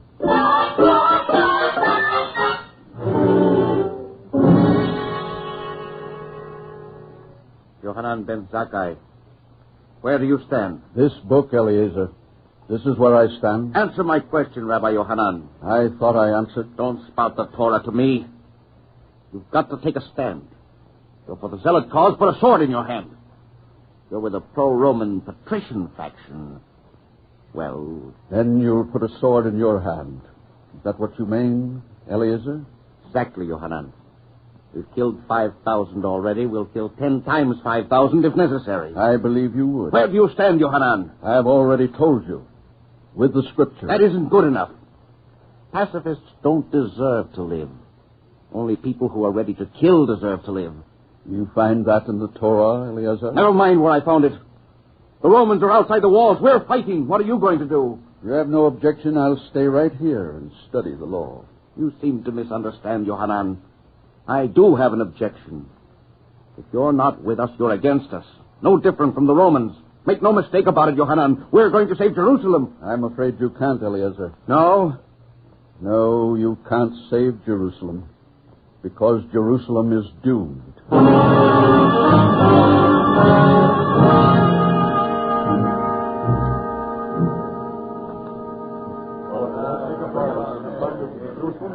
Bring the next one, Simeon. Who's this? You there. Matthias. You're next. What do you want? He'll tell you what we want. Well, so while we starve. Matthias. Well? You're a rich man, aren't you? Well? Did quite a bit of trading with the Romans, didn't you? Is there anything wrong with that? You like the Romans, don't you? I did before this senseless rebellion. Do you like them now? Yes, I do. They're good customers. They've been decent to me. They don't interfere with our religion. Why shouldn't I like them? I think we've heard enough, Eliezer. Yes, No, wait. Tell me, Matthias, hasn't the situation changed somewhat? I don't know what you mean. Nearly 1 million Jews have been slaughtered. What did you expect the Romans to do? Remember, the Romans were also attacked. Matthias, You're the kind of man who is always ready to see the other person's point of view. Don't you have a point of view of your own? You would not be interested, Eliezer. Come now, of course I am. We all are, aren't we, men? All right, I'll tell you.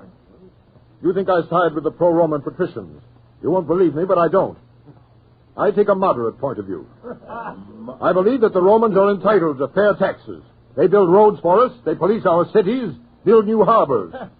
It would be better if they weren't here. Since they've been here for a long time, I say make the best of it. I see, Matthias. You're strictly impartial on the side of the Romans. You can laugh. I believe in our own homeland also.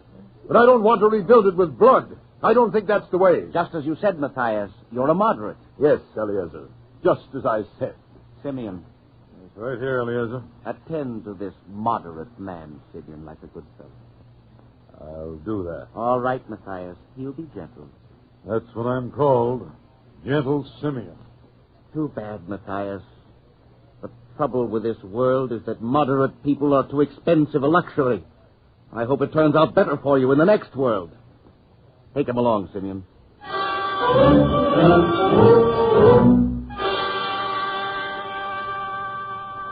Eliezer, it must stop. Why, Yohanan, you're supposed to be reading the Torah. I'm not a young man, Eliezer. I've seen a great deal of evil, but not like this. I told you, Yohanan, we're zealots.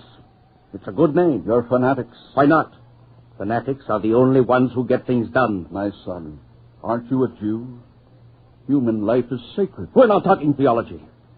You might term this the secular phase of my existence. Don't joke, Eliezer. You can't be a Jew and see a distinction between the secular and the sacred. You're a Jew always, everywhere, or you're not a Jew. When you lie or cheat in the marketplace, you profane the name of God. When you kill innocent men and women, you're a blasphemer and a murderer before man and before God. Be careful, Yohanan. There's no longer time to be careful with men like you. I said be careful. Your hands are covered with blood. Why not? I've done it to save the temple, to save Jerusalem, to save Palestine. You besmirch the temple. You produced Jerusalem. I'm a patriot, you milksop. You wouldn't understand that. You're mistaken, Eliezer. I understand patriotism. It can be the most elevating impulse in the human heart. But with men like you, it has become something festering and malignant, incurably evil. Yohanan, I've killed a man for less than that. Then why don't you kill me and be done? You're the great Hillel's disciple. You see, I'm still enough of a Jew to respect learning. It's all confused, isn't it, Yohanan? Nothing's white, nothing's black, everything is gray and dirty and not good. I think I'll go to the temple and offer a sacrifice. Perhaps that will help. You can't buy atonement, Eliezer. Perhaps not, Yohanan. But a man can always try.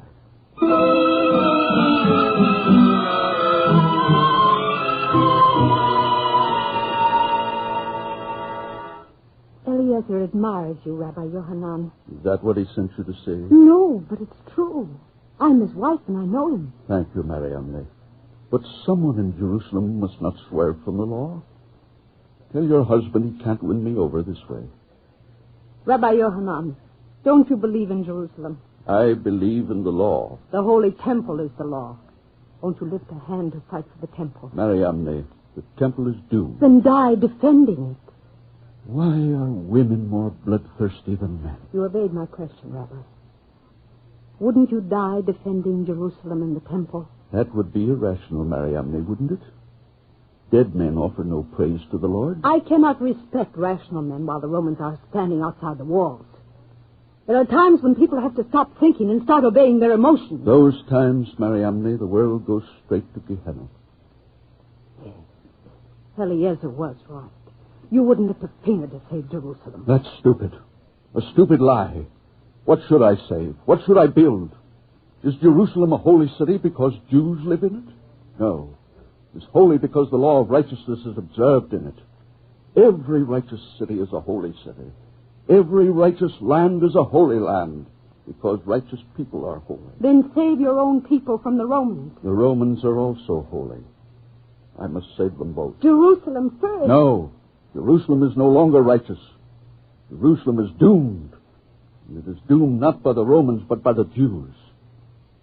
If Jerusalem is doomed, Rabbi Yohanan, the temple of Jerusalem is doomed. And if the temple is destroyed, Judaism is destroyed. Mariamne, that's what the Romans believe. In my heart, I know that is exactly what Vespasian and Titus believe, but they're wrong. They cannot comprehend. The temple will be destroyed, and I shall weep for it. Judea will die, but Judea will die in childbirth. Out of the destruction, something will come. Something will be born again. I feel it. I know it. And I know what it is also. The temple will be built again in the hearts of the people. Mariamne, that is something that cannot be destroyed.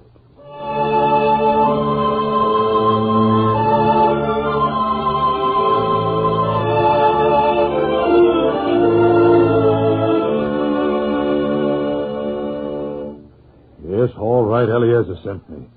What I'm saying is true. There's no food left. The water's gone. My lips are dry, Simeon. I'm starving with the others. That's not why I've come. People are wavering. Let Eliezer lift his sword. It's an infallible cure. I'm serious. People respect the disciple of Hillel. If you tell them our cause is right, they won't buckle. I can only tell them what I believe. The Torah is right. Neither you, nor I, nor Eliezer. Torah. Is that your answer? That's my answer.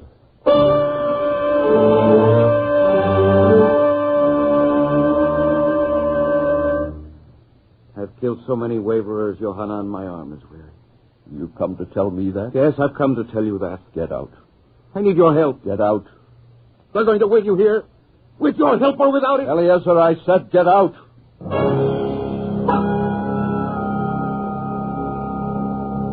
No, Rabbi, I am not begging for him. Then what do you want, Mariamne? Rabbi Yohanan, your life is in danger.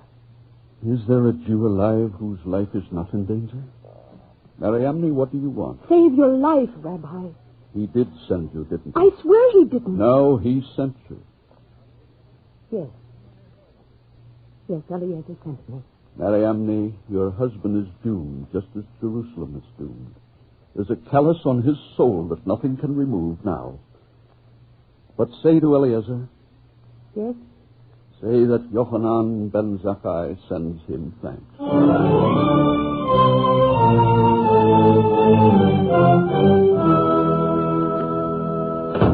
We came as quickly as we could. There's fighting in the streets. Sit down. I know about the fighting. Joshua. Yes, Rabbi Yochanan. Don't answer hastily. If I asked you what in all Jerusalem you would save if you could, what would your answer be? The Holy Temple. Do you think the temple can be saved? No. Do you, Ben Battaiah? No, the temple is surely lost. Then what would you save, Ben Battaiah? One thing? Yes, one thing above all else. The Torah.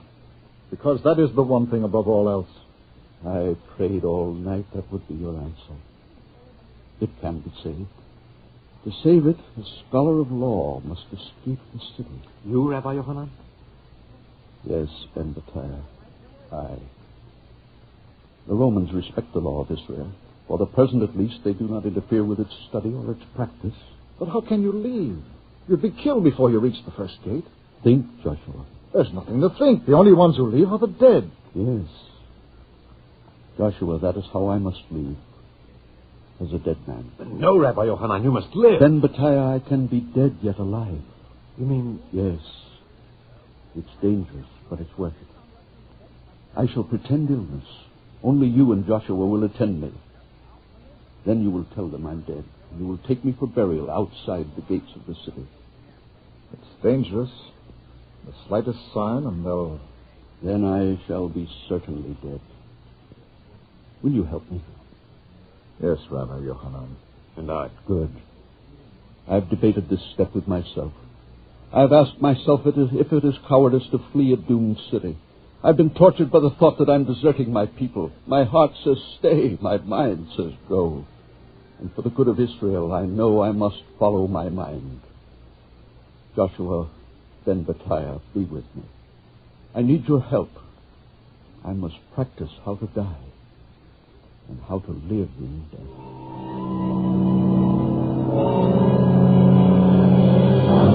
Not a quiver from your eyelids, Rabbi Yochanan. I've watched for 2 hours, not a single quiver.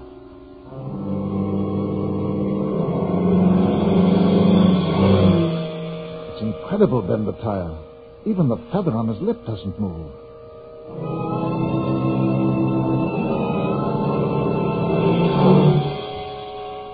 You can relax now, Rabbi Yochanan.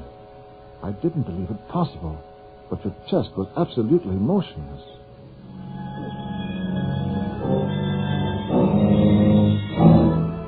I must be completely trained. We'll do it for another week, Joshua. Then you can report my illness.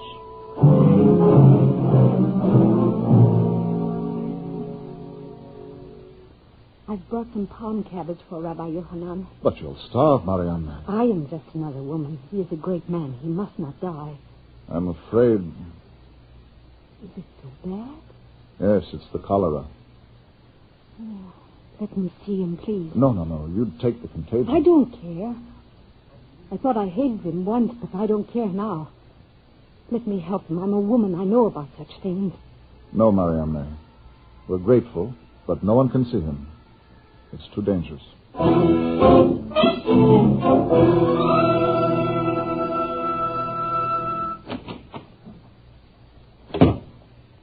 There he is, Eliezer.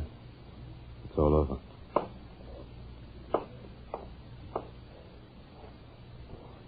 He was the only man in all of Jerusalem who made me feel ashamed. He asked me to say that he forgives you. Did he? I'd like him. We must say the scholars Kaddish for him, then. Not now, Eliezer. It isn't proper. I thought it... Very well, if you say so. There's something you can do for us, Eliezer. Yes? For him. His last wish was that he be buried outside the walls of Jerusalem. Did he wish that? Yes. He said he wanted to sleep where there would be peace, not bitter memories. Very well, Ben Battaya. I'll give the order to let his coffin be carried out. How about the Romans? Don't worry, we'll signal them. This evening, Ben Battaya, just before sundown, my men will let you through the gates. Are you coming? No, if you don't mind, I'd like to stay with him for a while. I understand, Ben Battaya. He's gone, Rabbi Yochanan. It's very tiring to be dead, Ben Battaya. Is there something you want, Rabbi Yochanan? A piece of meat, Ben Battaya. Decomposed meat. Decomposed meat? It will be unpleasant, but I want some to hold under the shroud.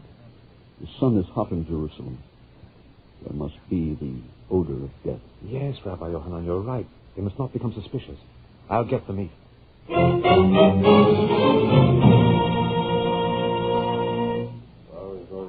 Stop right there! We have a pass to go through the gates. Nobody goes through these gates. Nobody dead or alive. We have a pass from Eliezer himself. Hand it over. There it is. Now, this is his writing. What do you think of this, Mordecai? I don't like it. Well, it's his pass, isn't it? I still don't like it. Says here, black on white, safe conduct for one dead man and burial party. If he's dead, he doesn't need a safe conduct. He's got one already. This is a poor time for a joke. Oh, excuse me. May we go through? Wait. You sure he's dead? You don't have to trust me. See for yourself. I think I'll make sure he's dead. Mordecai, your dagger. In God's name, what are you going to do? Stab him. Only once or twice. But why? Just to make sure he's dead. You can't do that. No? No, this is Yochanan ben Zakkai, the disciple of the great Hillel. I wouldn't care if he was the disciple of the great Moses. Get out of my way. But he's the great master of the law. I just want to make sure he's the dead master of the law. All right. That's how you feel? Yes, that's how I feel. But what? Think of the Romans. That's just who I am thinking of. Think what they'll say. They'll say the soldiers of Israel don't take chances with traitors. No, that's not what they'll say. No? Of course not. They'll say, see, these Israelites have reverence for nothing. They fight on their Sabbath, they kill one another, and they even violate the dead body of their greatest scholar. Yeah. Didn't think of that. Well, All right, take him through the gate, but you and this man... You mean me? Yes, both of you stay here. You're not dead. Mordecai and I are going to carry him through. On the tower there! Raise the truce banners! Here's a dead body we're going to leave for the Romans to bury.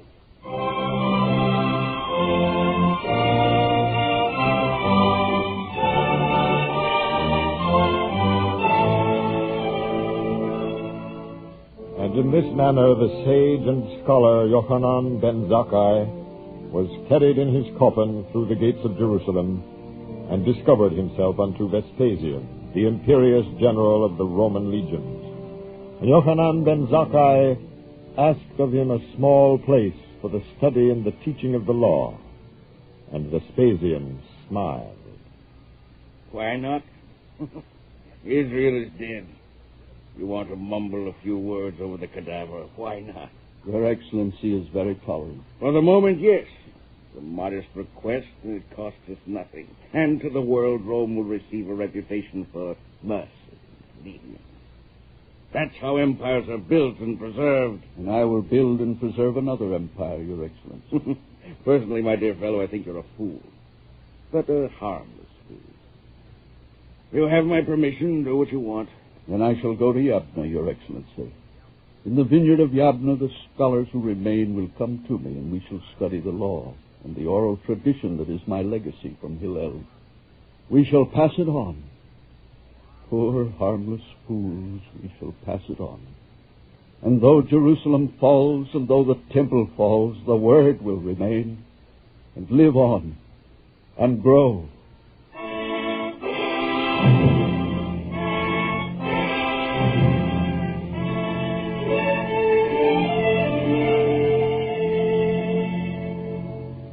In the year 70 of the Common Era, the Romans battered through the defenses of Jerusalem. Titus, the son of Vespasian, gave orders that the temple be spared, but a Roman soldier flung a burning torch, and the temple burned to the ground. The temple burned, and there was weeping in Jerusalem and among the people of the diaspora.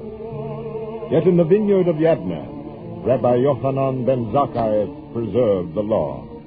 Here the sages of Israel came and wrote the Talmud, the commentary upon the law. And Yochanan ben Zakkai, in the twilight of his life, said softly to his weeping disciples, My sons, if you have studied much Torah, take no pride, for study is the purpose of your creation. Now remove the vessels from the house that they may not be defiled when I die.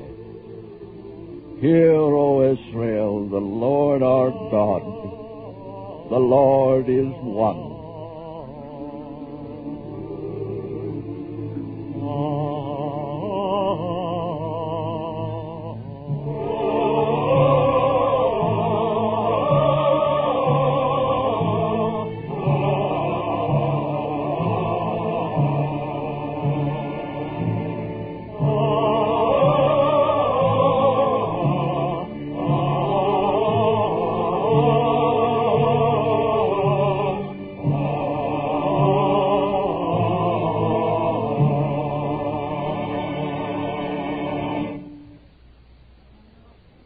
Copies of the scripts you have just heard, including the talk which follows immediately, may be obtained free of cost by writing to the Jewish Theological Seminary of America, 3080 Broadway, New York, 27 New York.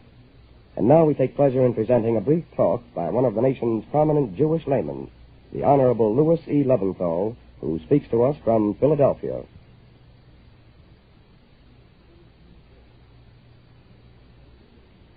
Jerusalem was destroyed by the Roman conqueror, but the spiritual truths enunciated and developed on the hills of Judea survived.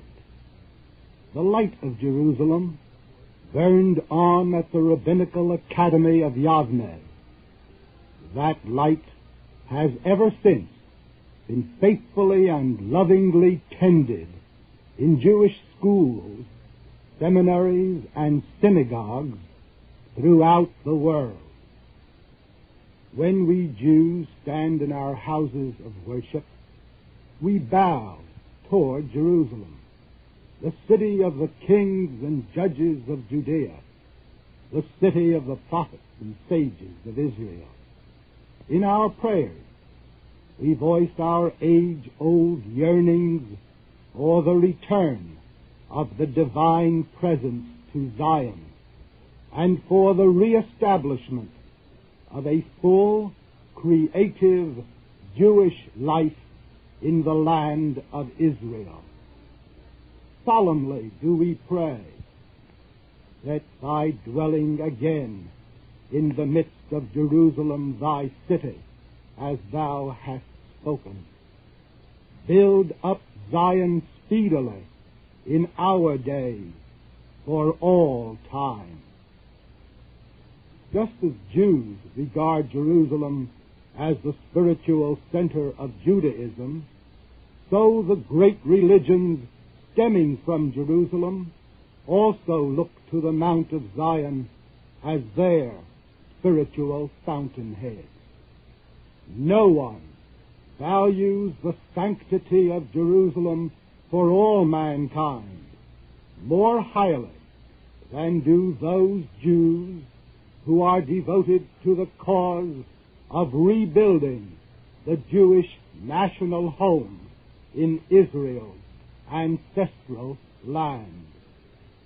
But truly we have an abiding faith in the vision of our ancient prophet who declared, "Many nations shall go and say, Come ye, and let us go up to the mountain of the Lord, to the house of the God of Jacob. For out of Zion shall go forth the law, and the word of the Lord from Jerusalem. And he shall judge between the nations, and they shall beat their swords into plowshares, and their spears into pruning hooks. Nation shall not lift up sword against nation, neither shall they learn war any more. On that day shall the eternal light of Jerusalem, the light of God's mercy, justice, and righteousness, shine for all the children of God."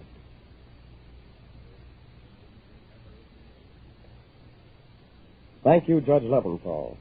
Copies of today's script and Judge Leventhal's talk may be obtained without cost by writing to the Jewish Theological Seminary of America, 3080 Broadway, New York, 27 New York. You have just heard Chapter 12 of The Eternal Light. The script was written by Morton Wishengrad and featured Rod Hendrickson. The music was composed by Henry Brandt and conducted by Milton Cadens. The speaker was the Honorable Louis E. Leventhal, and the entire production was under the direction of Ira Avery.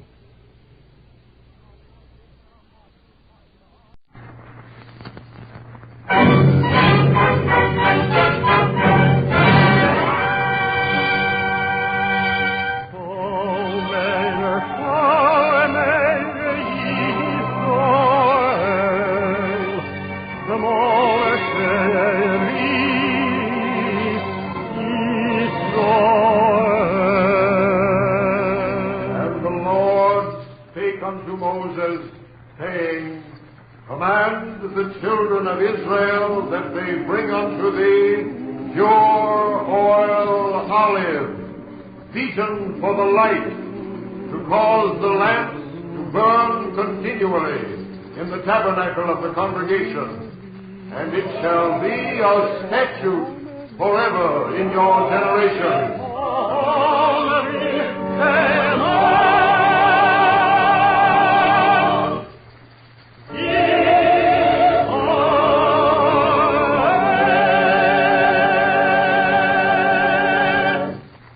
The Eternal Light.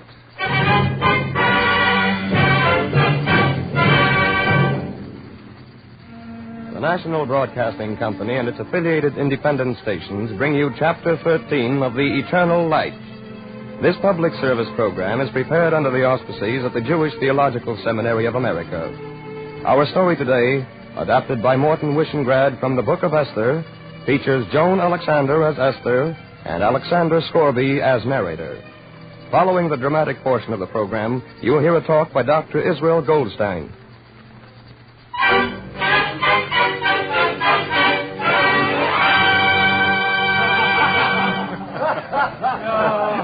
Esther, bring the wine to the table. The wine is already here. Today, Esther, you may bring more wine. We're an abstinent people, but all things in their place. More wine, Esther. Very well. I'll bring it. Don't have such a long face. We shall not drink much. Only enough so that we can no longer distinguish between cursed be Haman and blessed be Mordecai. Come, my friends, it's a day of festival. Sing. Let's all sing.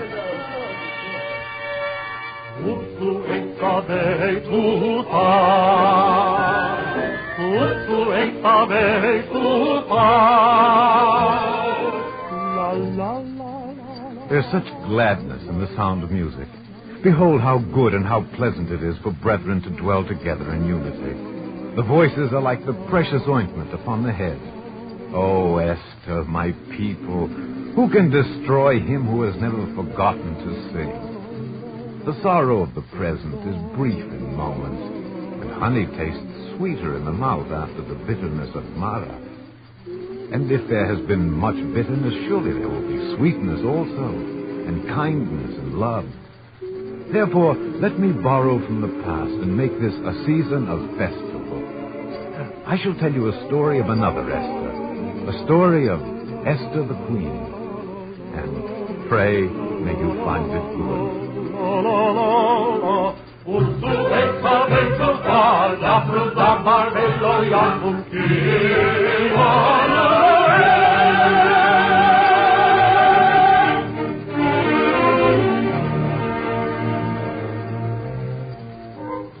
Now, it came to pass in the days of Ahasuerus, king over Persia and Media, that he made a feast unto his princes and his servants, and his heart was merry with wine. And Ahasuerus gave command to his 7 chamberlains to bring Queen Vashti to show her beauty, for she was fair to look on. And Vashti the queen refused to come, and the anger of Ahasuerus burned within him. Chamberlains, the queen does me great wrong. Yes, Your Majesty, but we are also wrong. How so, Chamberlain? If the queen may disobey the king, all women may disobey their husbands.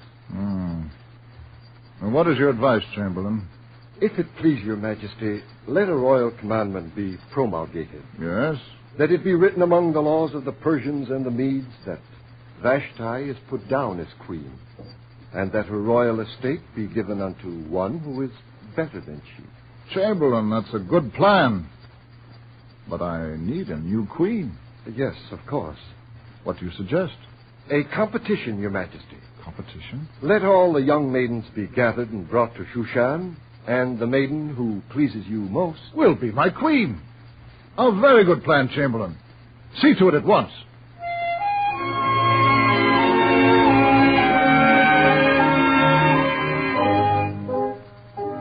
The thing pleased the king, and it was done. Now there was a certain Jew in Shushan whose name was Mordecai, a descendant of those carried away captive from Jerusalem by Nebuchadnezzar, king of Babylon. And Mordecai had brought up Hadassah, that is, Esther, his uncle's daughter, for she had neither father nor mother, and the maiden was fair to look on. Mordecai, they call me to the palace of the king. And why not, Esther? Thine eyes are as the pools of Heshbon by the gate of Bath-Rabbim.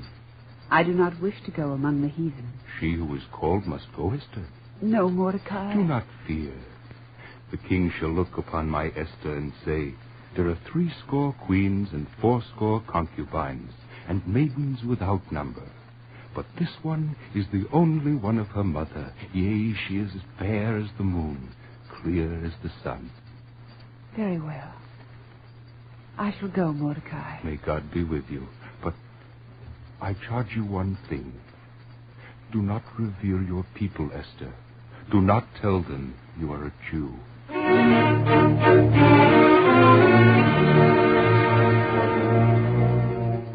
So it came to pass that many maidens were gathered together unto Shushan, and Esther also was brought unto the king's house. And what is your name? They call me Esther. Esther. It has a soft sound on the tongue. The pomegranates are in flower. They are pale beside your lips. Esther, you are the fairest among women. It is not so, sire. Esther, I say it is so. Therefore it must be so. Go into the house of the women, and let them anoint you with myrrh and frankincense. And say to them that Ahasuerus has found a queen.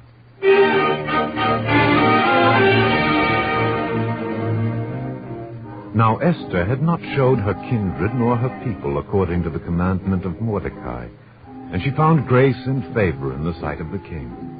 And Mordecai found it good, and came daily and sat before the gate of the palace of the king.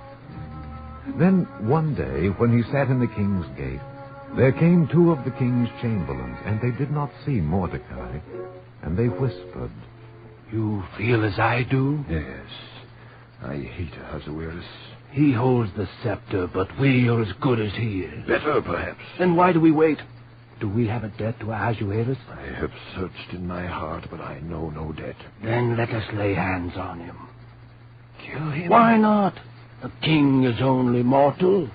Yes. We shall kill Ahasuerus and sit in his place. Esther, Mordecai. there's a plot against the king. Are you sure? I overheard it. Quick, tell him. Save yourself, Ahasuerus. These men plot against your life. Esther, I shall not forget. Chamberlain, seize the plotters. Your Majesty, they have confessed. Hang them from the nearest tree. What is the name of him who told you, Esther? He is called Mordecai. Mordecai. Chamberlain, let the name be written in my chronicles, that it may be remembered.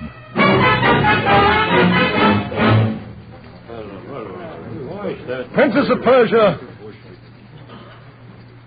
I know now which of my nobles are loyal, but in order that this thing may not again occur, I have decided to promote one among you before all other princes, to sit at my right hand and be scrupulous in my interests. Is the son of Hammedatha, the Agagite, in our presence? I am, Your Majesty. Then come before me, Haman. I bow before the king of Persia. Rise, Haman. Know then, my princes, this is he, Haman, who is now second to me.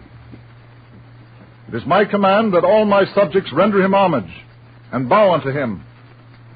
And let those who do not beware of my anger.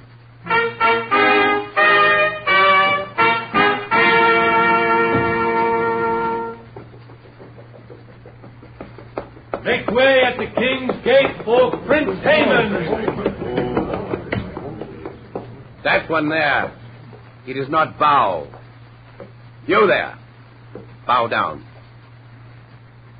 I said bow down. There is only one to whom I bow down. Careful, sir, you trifle with your life. My life is in the hands of God. Haman, this man is a Jew. So, a Jew, eh? Shall I seize him? Seize him? Seize one man? No. You say he is a Jew. Aye. Haman is not to be offended. This becomes a difficult question. Come with me, crier. Come to the palace. We shall cast the pool. Yes, we shall cast lots, and the gods of Persia will render decision.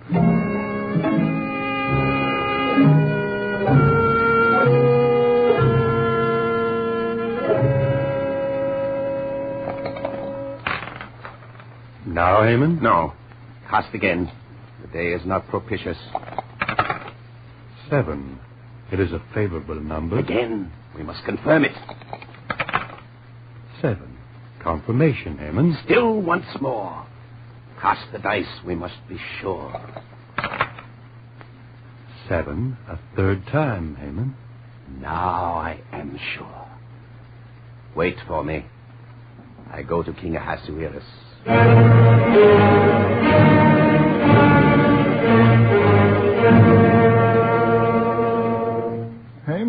have need of your counsel. The news is all bad. The battles go against us. I know the reason, King Ahasuerus. Then it is even plain to you. It is, Your Majesty. My course is clear, then. The disloyal generals will be hanged. No, Your Majesty. The generals are disloyal. You just said so, Haman. No, Your Majesty. The fault is not with the generals. No? They are loyal, Ahasuerus. But there are some in our midst who are not. Speak up, Haman. Who are the traitors? More than traitors, Ahasuerus. They offend the very gods of Persia. They keep diverse laws unto themselves. A strange, mysterious god. Sire, the Jews. The Jews? The Jews, Your Majesty. The gods punish us in battle because of the Jews. I hadn't thought of it. Think of it now, sire. It sounds plausible, yes. If it please Your Majesty, Go on. let it be written that the Jews be destroyed. Wait. These things are not to be lightly done. Have you further reasons? One reason, sire. One? An empty treasury, Your Majesty. If the Jews are destroyed, I will pay 10,000 talents of silver into your hand. You are grown suddenly rich, Haman. Not yet, Your Majesty. But dead Jews have no need for silver. And there are many Jews in Persia. Yes. I like the scheme, Haman. Thank you, Your Majesty. I believe in justice. But you're not above a bit of profit, eh, Haman? When it does not interfere with justice, Your Majesty, why not?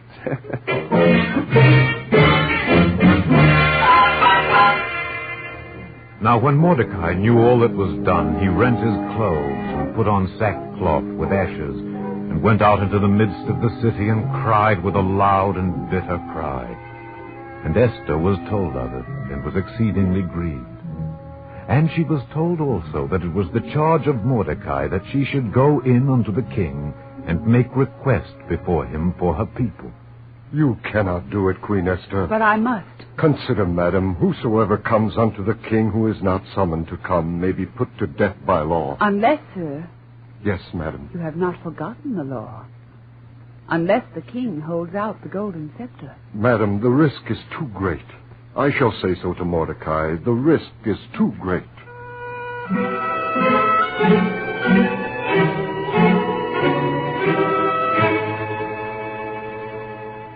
Why do you tell me this? Esther is also a Jew. If the Jews are slain, do you think even she will be spared? She is the queen. Queen or not, the law commands that all Jews are to be slain. But her identity is hidden. I charge her now to make it known. You condemn her to death. Or the Jews to life. Who knows?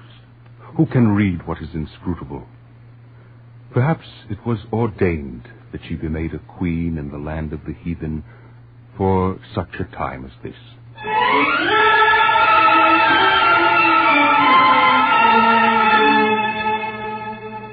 Mordecai spoke truly.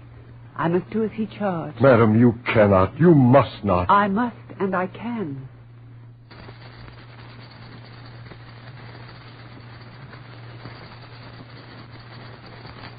Give my answer to Mordecai.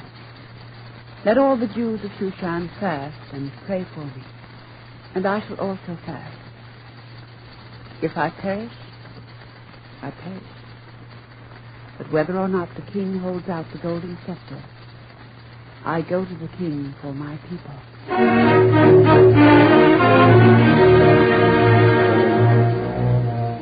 And it came to pass that Esther put on her royal apparel and stood in the inner court of the king's house.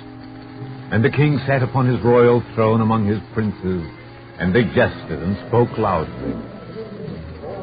And then Ahasuerus saw Esther. Ahasuerus, my husband. Haman, the scepter. I am always glad to see my queen. Thank you, Ahasuerus. Why do you come, Esther? Your Majesty, Yes? I have a request. And what is your request? If it seems good unto Ahasuerus, Let him come with Prince Haman to a banquet that I have prepared. It will be done, Esther. I shall come with Haman.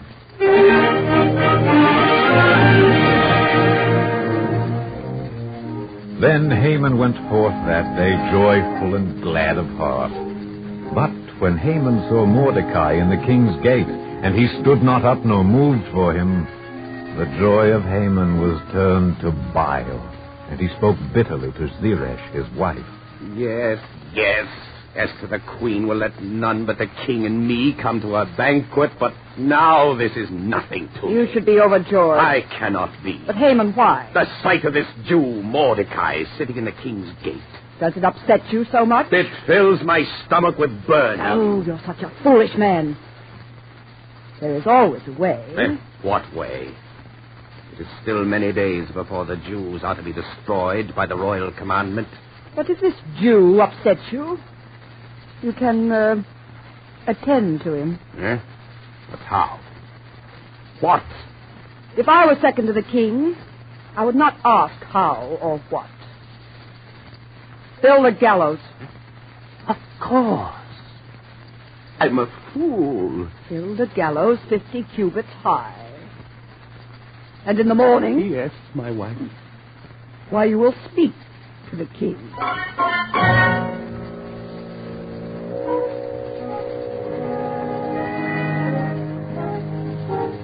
But on that night the king Ahasuerus could not sleep. And because there was something within him that withheld rest from him, he commanded his chamberlain to bring the royal chronicles. And they were read unto the king. And because of this loyal subject Mordecai, the plot was made known to Queen Esther, and the plotters were seized and dealt with. Chamberlain, the name of this subject. Mordecai, Your Majesty. What honor and dignity was done to him because of this? Nothing, Your Majesty. Am I then an ungenerous man? Does the king of Persia not know how to reward an act of loyalty? Chamberlain, which of my counselors is in the outward court? The Prince Haman, sire. He wishes to speak with you on a matter of much urgency. This morning I am also urgent. Summon the Prince Haman. At once, sire. Your Majesty? My Lord Haman, you come in good time. Haman, what shall be done to the man whom the king delighteth to honor? Your Majesty is very generous. Not generous enough, Haman. Speak up, my lord. What shall be done to such a man? I am overcome by modesty, Your Majesty. Speak, Haman. Speak up. Very well, sire. For the man whom the king delighteth to honor... Yes. Let royal apparel be brought. Good. And the king's horse. Good. And let the horse and the apparel be delivered to the man whom the king delighteth to honor by one of the king's most noble princes. Excellent. Haman, you are the man. Oh, Your Majesty. Of course. What did you think? You are my noblest prince. You will take the royal garments and the royal horse. Thank you, sire. And cause him to ride on horseback throughout the city, uttering my proclamation before him. Him? Him? Did Your Majesty say him? What are you talking about? Mordecai, of course. The Jew, Mordecai. Mordecai? Haman, your plan is an excellent one. Carry it out.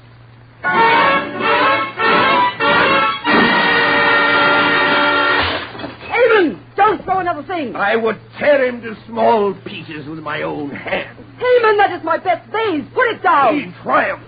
The Jew triumphed over Haman. Put it down. No!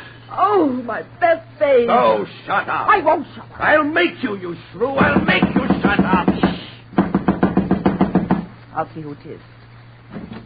Haman, you are late. Queen Esther's banquet. Have you forgotten?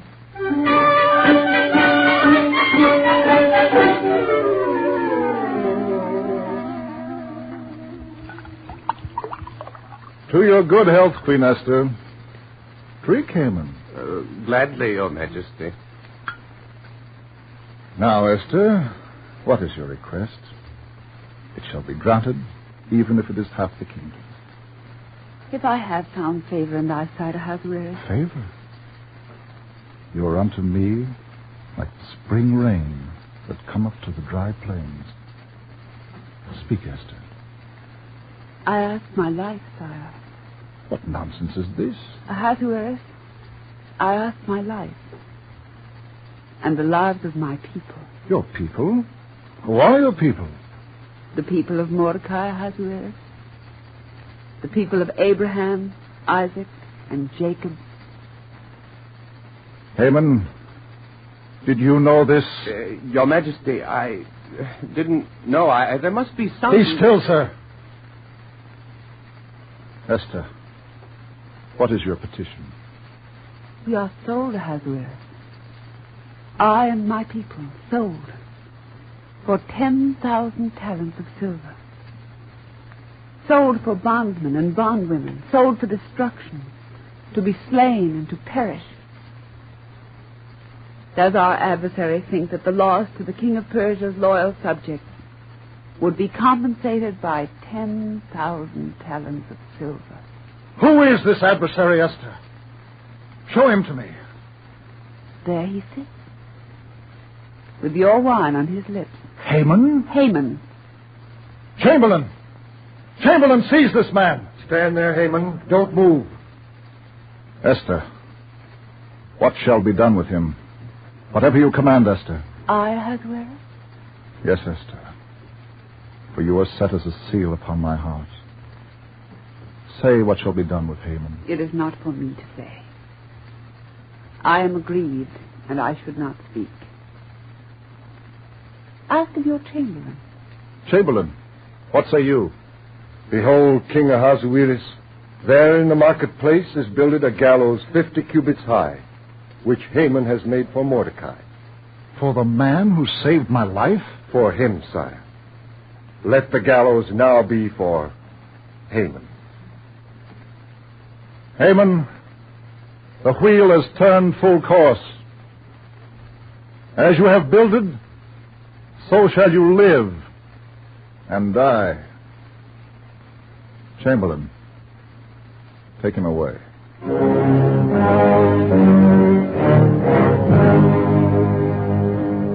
So they hanged Haman high on the gallows that had been prepared for Mordecai. And the house of Haman was given unto Esther, and Esther set Mordecai over the house of Haman.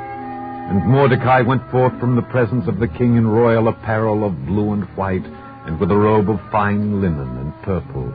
And the city of Shushan shouted and was glad. And the Jews had gladness and joy, and a good day.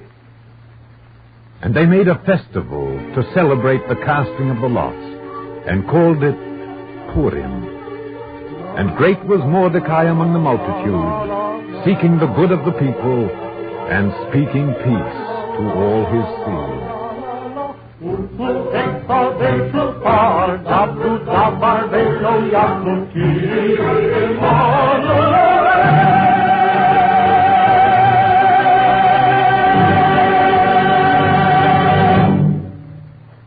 Copies of the script you have just heard, as well as the talk which follows immediately, may be obtained free of cost by writing to the Jewish Theological Seminary, 3080 Broadway, New York, 27, New York.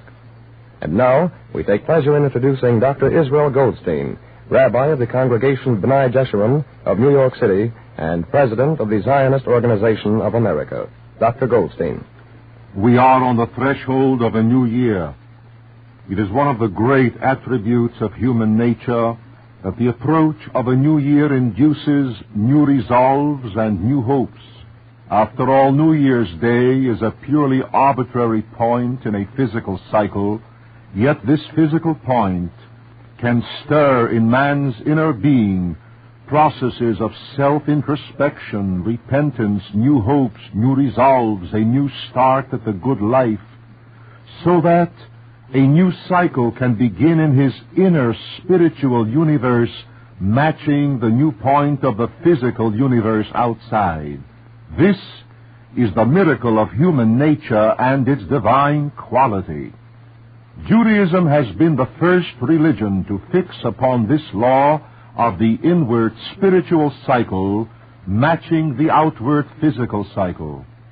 Hence, Rosh Hashanah, the Jewish New Year, has been informed with the content of the fundamental spiritual law that man is the master of his inner life, that if he has erred, he can repent and start anew, that he can lift himself above the trials and discouragements of the hour to envision new and brighter horizons.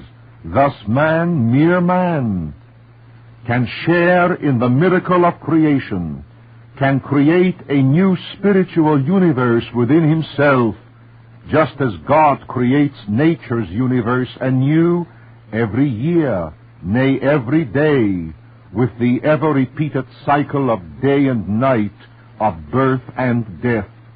How desperately mankind needs this sense of renovation and regeneration and recreation just now as we stand on the threshold of the new year 1945.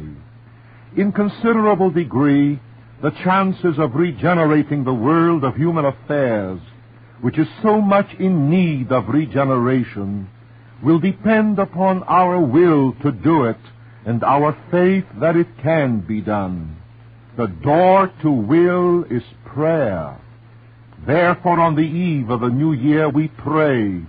All of us, Jews and Christians alike, pray for a new world in the new year, a world in which the hosts of evil shall at last be crushed, in which peace instead of war shall become the norm of human life, in which the foundation shall be laid for a world order of collective security, and in which the humblest of men and the smallest of nations shall have freedom, the freedom to work at a living wage, freedom to worship God according to the dictates of conscience, freedom to express oneself individually and collectively in all the forms of human expression. In a word, the freedom to live with dignity for the Jewish people as a people.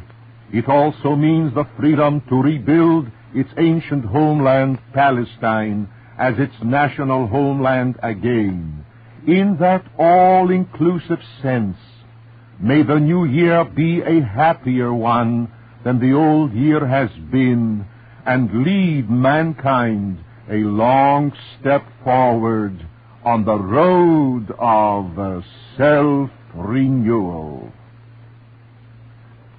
Thank you, Dr. Goldstein. You have just heard Chapter 13 of The Eternal Light. The script was written by Morton Wishengrad and featured Joan Alexander as Esther and Alexander Scorby as narrator. The music was composed by Harry Brent and conducted by Milton Cadens.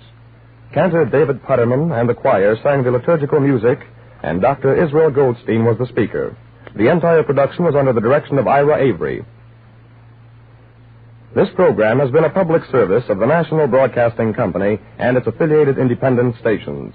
It was prepared under the auspices of the Jewish Theological Seminary of America. For free copies of the script and the talk, write to the Jewish Theological Seminary of America, 3080 Broadway, New York 27, New York.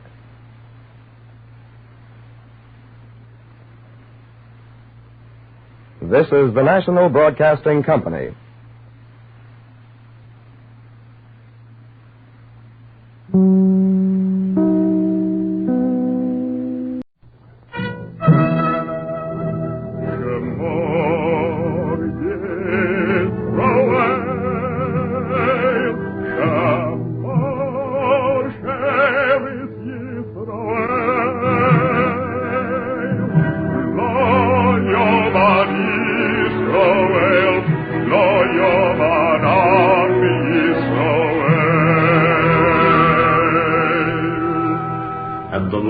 Spake unto Moses, saying, Command the children of Israel that they bring unto thee pure oil olive, beaten for the light, to cause the lamps to burn continually in the tabernacle of the congregation. And it shall be a statute forever in your generations.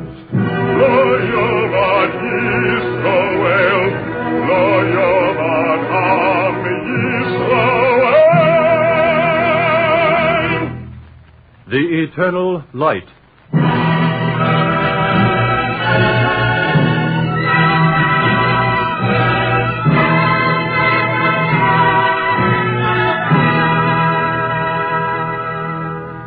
The National Broadcasting Company and its affiliated independent stations present Chapter 15 of The Eternal Light. This public service program is prepared under the auspices of the Jewish Theological Seminary of America. Today's story, written by Morton Wishengrad, features Edwin Jerome as Solomon Schecter and Sarah Burton as Matilda, his wife. Following the dramatic portion of the program, you will hear a talk by Dr. Jacob Cohn.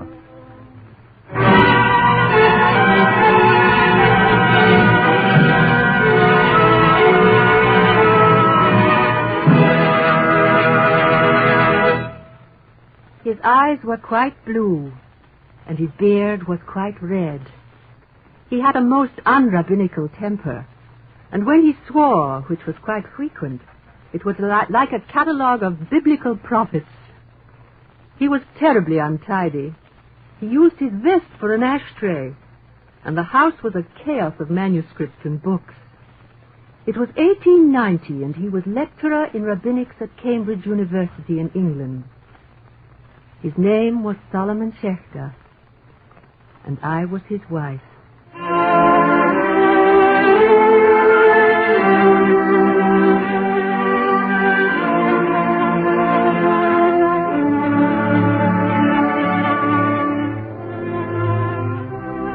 There was something about Schecter irresistible to men of learning. Our house was rich in friendships. Israel Zangwill, the writer, Father Nolan, who came to argue the apostles against the rabbis, Professor Hatton, the anthropologist, James Fraser, the author of The Golden Bough, the Reverend Charles Taylor, master of St. John's College. Schecter quarreled with them by turns and taught them by turns and warmed them constantly with his wit and affection. We were very poor, but the Cambridge Library was filled with books, and we felt no lack. Once I recollect a student came to see Schecter to say goodbye. What is this nonsense about goodbye, Matthews? You haven't completed your studies. I can't afford to stay on, Dr. Schecter. Oh, that's absurd. We can't afford to lose you. Thank you, sir. How much do you need? Please, sir, I didn't come for that. How much do you need, Matthews? I can't accept your help. It's not my help at all. I have charge of a college fund for students who need assistance. You have, Dr. Schecter? How much do you need? Are you sure, sir? Will £50 be enough? Thank you, Dr. Schecter. I don't know what to say. Just forget this nonsense about leaving. Tilda? Yes? Please give Mr. Matthews £50. £50? Of course. Now, if you will both excuse me, there is some work I have to do. See you in class, Matthews. Come now, Tilda. You don't have to look so anxious. It was only £50. It was nearly all we had. Why did you do it, Solomon? That boy is a fine scholar. He's going to be a fine minister someday. Why didn't you refer him to the Episcopal Church Fund? Matthews is proud. He would not take charity. It wouldn't be charity. He could pay it back once they found him a pulpit. Well, let's not talk about it, Tilda. I don't understand it. You're the only Jew on the faculty. It would be different if you were rich. Tilda, no man has a right to more than bread and water and fuel for his stove, as long as the poor are not provided with the necessaries of life. But this wasn't a necessity at all. It was for bread. It was not for bread. It was for tuition. Learning is the necessity of life, Tilda. Now stop fretting. It's unbecoming.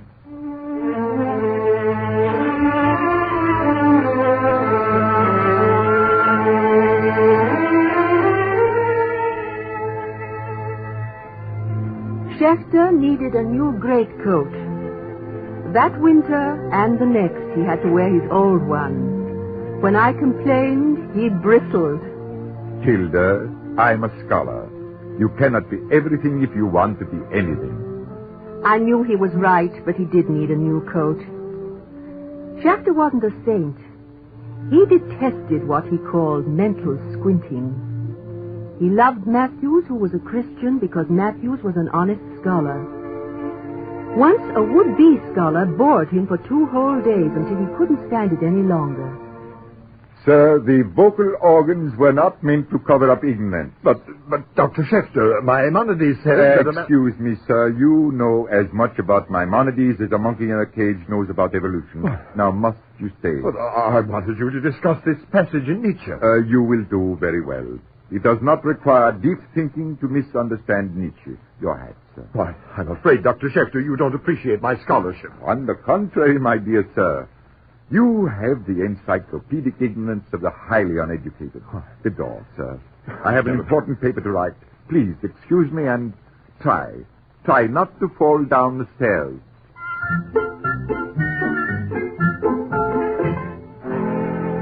I made him send a note of apology. We argued about it for a whole day. He grumbled like a bear and began his note. Sir, my wife informs me I have been a boor. I beg my pardon. That won't do. No? Schecter, you apologize decently. All right. Sir, it has been my observation that one must love people very much in order not to hate them. Schecter. What's the matter, Tilda? Solomon Schecter, you're the most exasperating, the most prejudiced man I have ever married. Tilda, a man cannot carry on the business of life without prejudices. My prejudice is that I am a Hebrew and I fear the Lord God. You've offended that man. Yes, I tried to for 2 days, but it seemed to make no impression. He's probably so heartsick now he won't be able to eat for a week. Oh, no, Tilda. He is a very holy man, full of misquoted scriptures. But I think he has still got room for a good dinner, which he will eat with great devotion. Solomon Schecter, are you or are you not going to send that man a civil note of apology? But it might encourage him to be a rabbi. Think what a horrible example of red-tape Judaism he would be. Solomon Schecter. All right, my dear. Hand me the Bible. What do you want the Bible for? I want to verify the passage that begins, I am looking for my father's asses. Oh, you're hopeless, Schecter. I throw up my hand.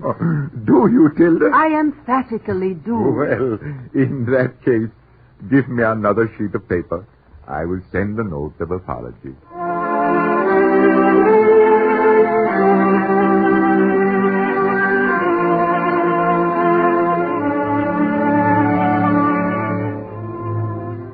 That was very characteristic of Solomon Schecter. The only grievances he ever nursed were those against himself. And while Cambridge and London knew and admired him as the foremost Talmudical authority in the West, I knew him and loved him as a very shy, human man who was intoxicated with God. From all over the world, scholars sent precious manuscripts to Cambridge, ancient manuscripts in Hebrew, in Aramaic, in Coptic, and Schecter studied them under his glass and wrote his opinions. Once I recall he uttered his credo to Dr. Taylor and to Father Nolan. Every discovery of an ancient document giving evidence of a bygone world, if undertaken in the right spirit, that is for the honor of God and the truth, is an act of resurrection in miniature.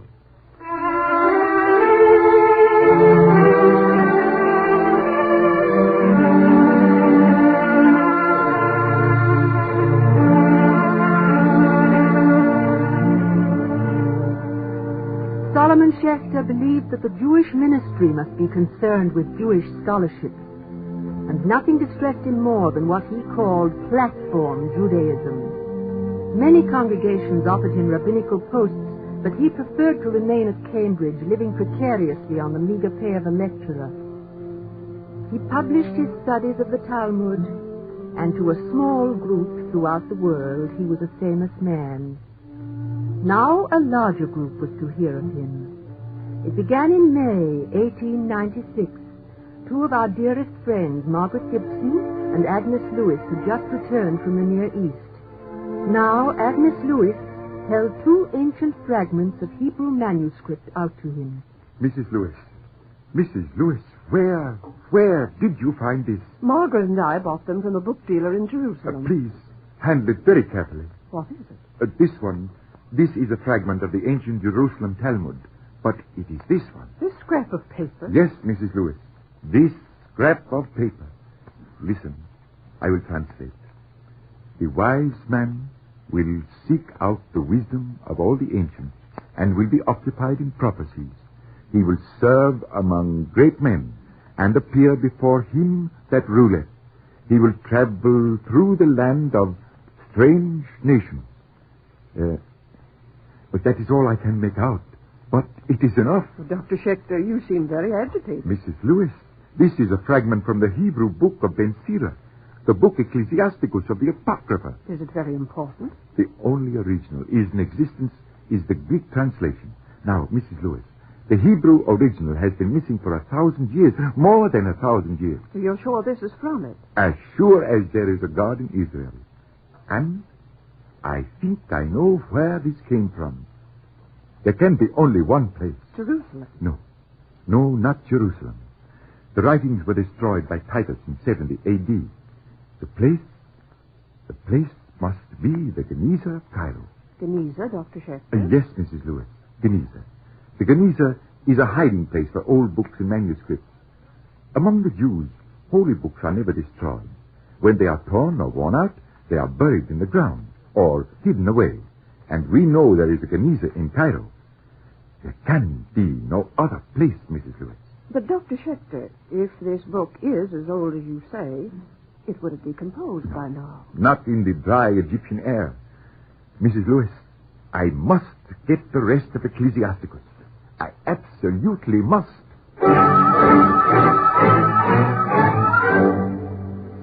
Schecter didn't sleep that night. He was agitated, abstracted, and he immediately reported Mrs. Lewis's discovery to the Reverend Dr. Taylor, master of St. John's College. I must go to Cairo, Dr. Taylor. How do you know you'll find anything, Dr. Schecter? I don't know. But if my assumption is correct, there is a treasure of hidden manuscripts in Cairo. Well, I'm sure the university will grant you a leave. I have no funds, sir.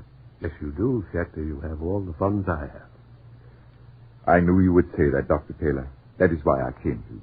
I'll talk to Professor McAllister and Professor Sidgwick. They'll supply what I don't have. Thank you, sir. But I implore you. Yes? We must keep this absolutely secret. Every unscrupulous book dealer and collector in the Orient will be following me. For them, this represents more wealth than the pyramids of the pharaohs. We must find the manuscripts and preserve them for science.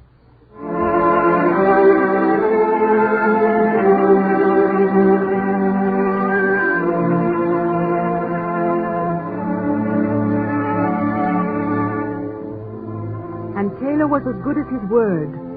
For many years it had been known that somewhere in Egypt there was a careful campaign of pilfering from some secret storehouse. And Schecter was staking his reputation on the fact that the storehouse was in Cairo. Taylor found the money. Schecter bid us all a hurried goodbye and sailed to Egypt. Schecter laid his groundwork carefully. The first man he saw was the chief rabbi. Dear Tilda, I burn with impatience, but I must win the chief rabbi to my side. I flirt with him by the hour and am taking Arabic lessons 3 times a week. You see how practical your old man is.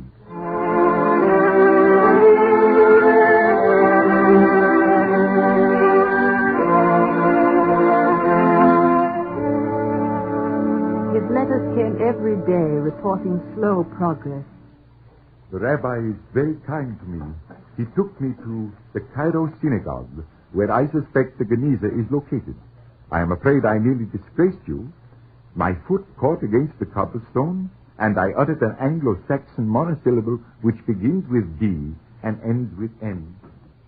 Did you say something, Dr. Oh, no, nothing at all, Rabbi, nothing at all. I thought I heard you say something in English. Just a little word, Rabbi. You must explain its meaning then, Dr. Schecter. Well, Rabbi, we have a word in the English language, a little word of one syllable, which is full of theological meaning and is used as a sort of charm against things that annoy us. Oh, is that all? I thought for a moment you were swearing. Merely theologically, my dear Rabbi. I see. Well, Dr. Schecter, this is the Cairo synagogue. I know every room here. I'm afraid you've come for nothing. Do you mind if I make my own inspection? Not at all, Dr. Schecter. I've asked the beadle to assist you. I hope you find what you're looking for, but, Dr. Schecter, I strongly doubt that it's here.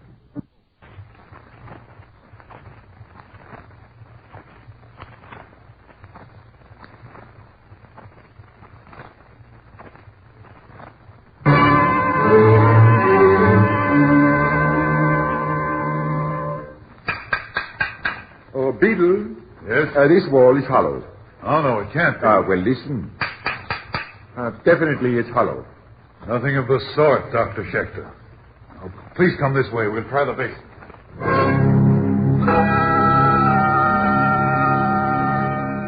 Oh, yes, you.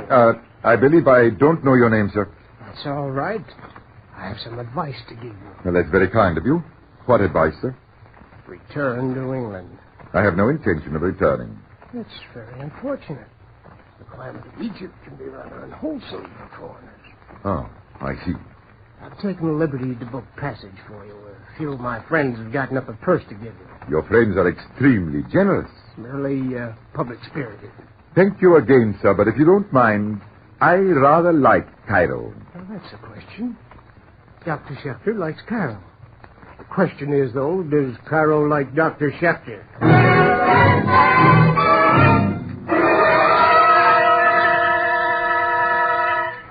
That's the man, Rabbi. Oh, I know him. He's a speculator in rare books. Do you still believe that I have come on a wild goose chase?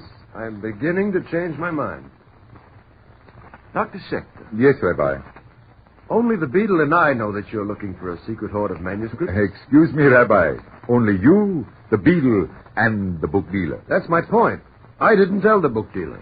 If you don't mind, Rabbi, I think I should like to pay a visit to our friend, the beadle.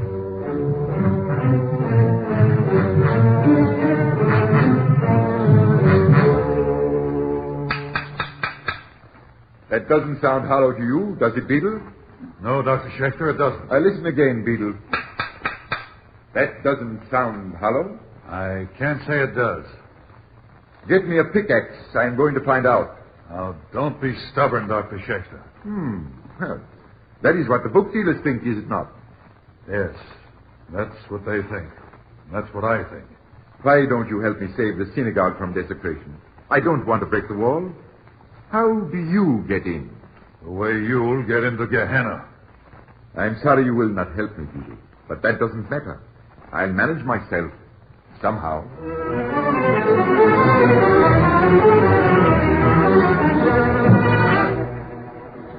The synagogue at Cairo employed a new beadle the next day. Schecter wrote me about it, and I cabled him to be careful. He was careful. Here, kitty. Come. It's a nice bowl of milk. Oh, not so fast. It may give you indigestion. Oh, Rabbi, quick. Animated, quick. Rabbi, your cat has been poisoned.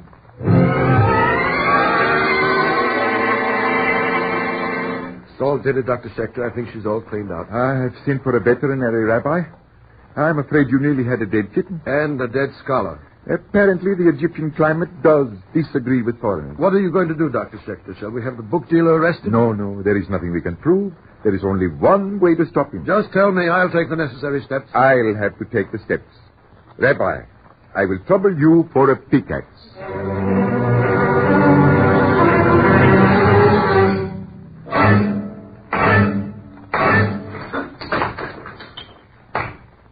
Look, Rabbi.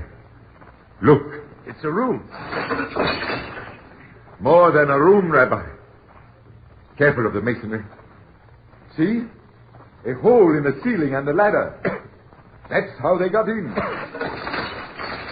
Can you see through the dust, Dr. Schecter? I don't have to see, Rabbi. No? No.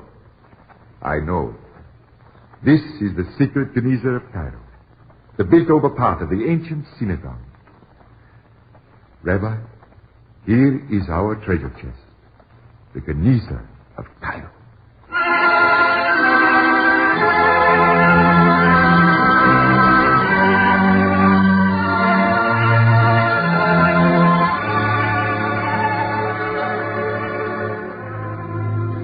I could barely decipher his writing now, for the penmanship was worse than usual. It was feverish. And I knew that Solomon Schecter had made a great discovery. Mrs. Taylor and Mrs. Lewis had a cable from him, and our hearts and hopes were with Schecter in the airless, windowless Geniza of Cairo. Schecter! Where are you, Schecter? In the name of God, man, you can't remain here day and night. It's stifling. Look at this thermometer, Schecter. 110 degrees. Only 110 degrees, Rabbi. But 100,000 precious manuscripts, Rabbi. 100,000 lost manuscripts of an ancient Hebrew civilization.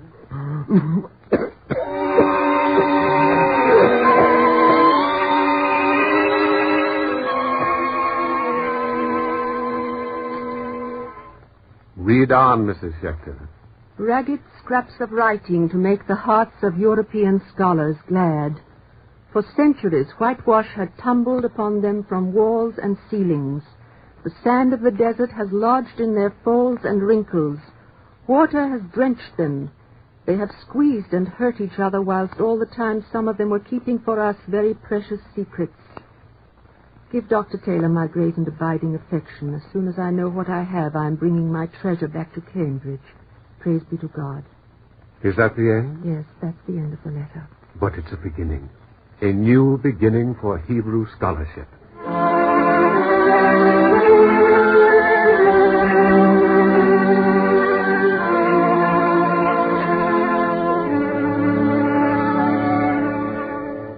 Solomon Schecter returned with his manuscripts.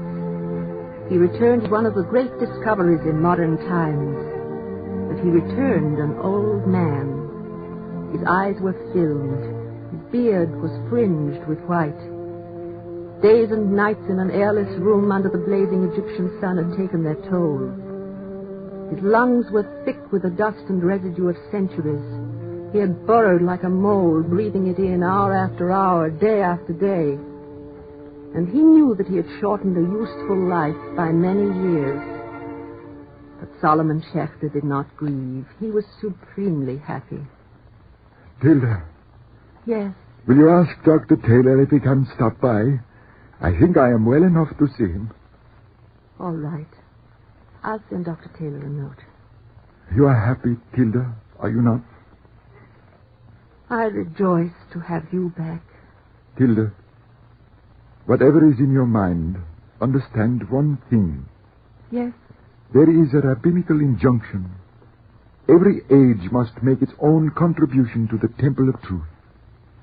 All right. If it does not make its contribution, Tilda, it must consider itself false to truth and to learning. Tilda. Yes? I thank God He has given me strength to make my contribution. Please rest. Please. I'll send for Dr. Taylor.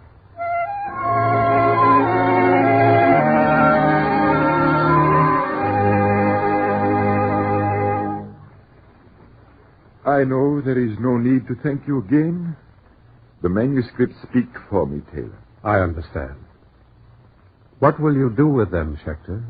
The decision is yours. I have already made up my mind. Schecter, you don't mean that you're going to sell them?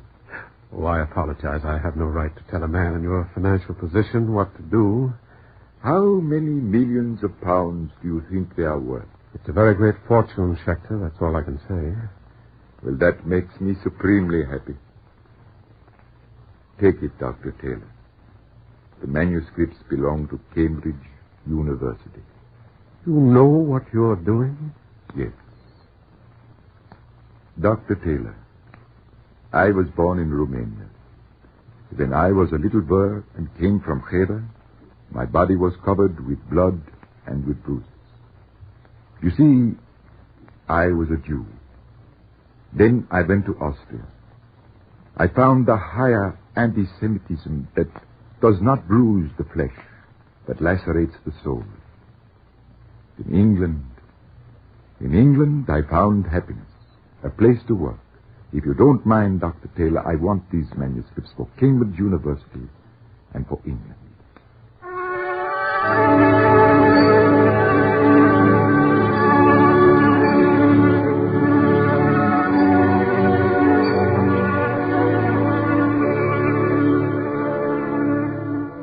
He was a man like a lion, and he recovered. But now he was an aged lion. His beard was white, but his eyes were still blue. And when his tongue grew caustic, I knew that whatever had been taken from his life in years, nothing had been taken from his mind. We found much happiness in Cambridge, and when the call came from America, Solomon Schecter and I went to New York, where he became the second president of the Jewish Theological Seminary of America. England and America, they were the countries he loved.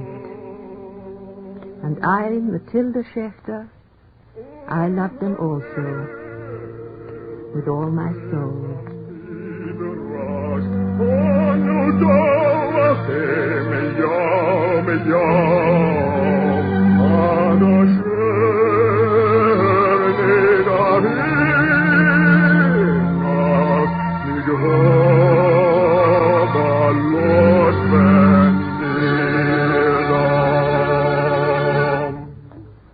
Copies of the script you have just heard, together with the talk which follows immediately, may be obtained free of cost by writing to the Eternal Light, 3080 Broadway, New York 27, New York. And now we present Dr. Jacob Cohen of Temple Sinai in Los Angeles, who will speak to you from Los Angeles. Who were privileged to sit at the feet of Dr. Schecter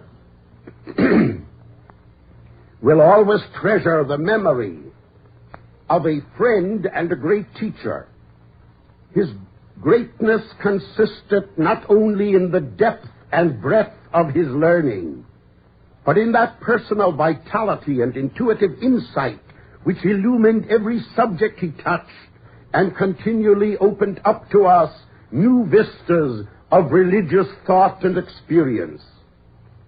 Though his scholarship embraced every field of Jewish learning, he was himself most deeply interested and wrote most felicitously and warmly of the personalities which that tradition produced and on which it fed.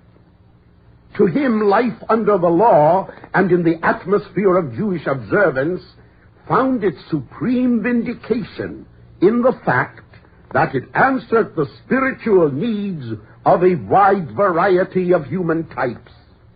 He gloried in the fact that prophets and sages, mystics and rationalists, sophisticated scholars and simple pietists found nourishment therein for their souls and fertilized it continually with the rich deposits of their own personal lives.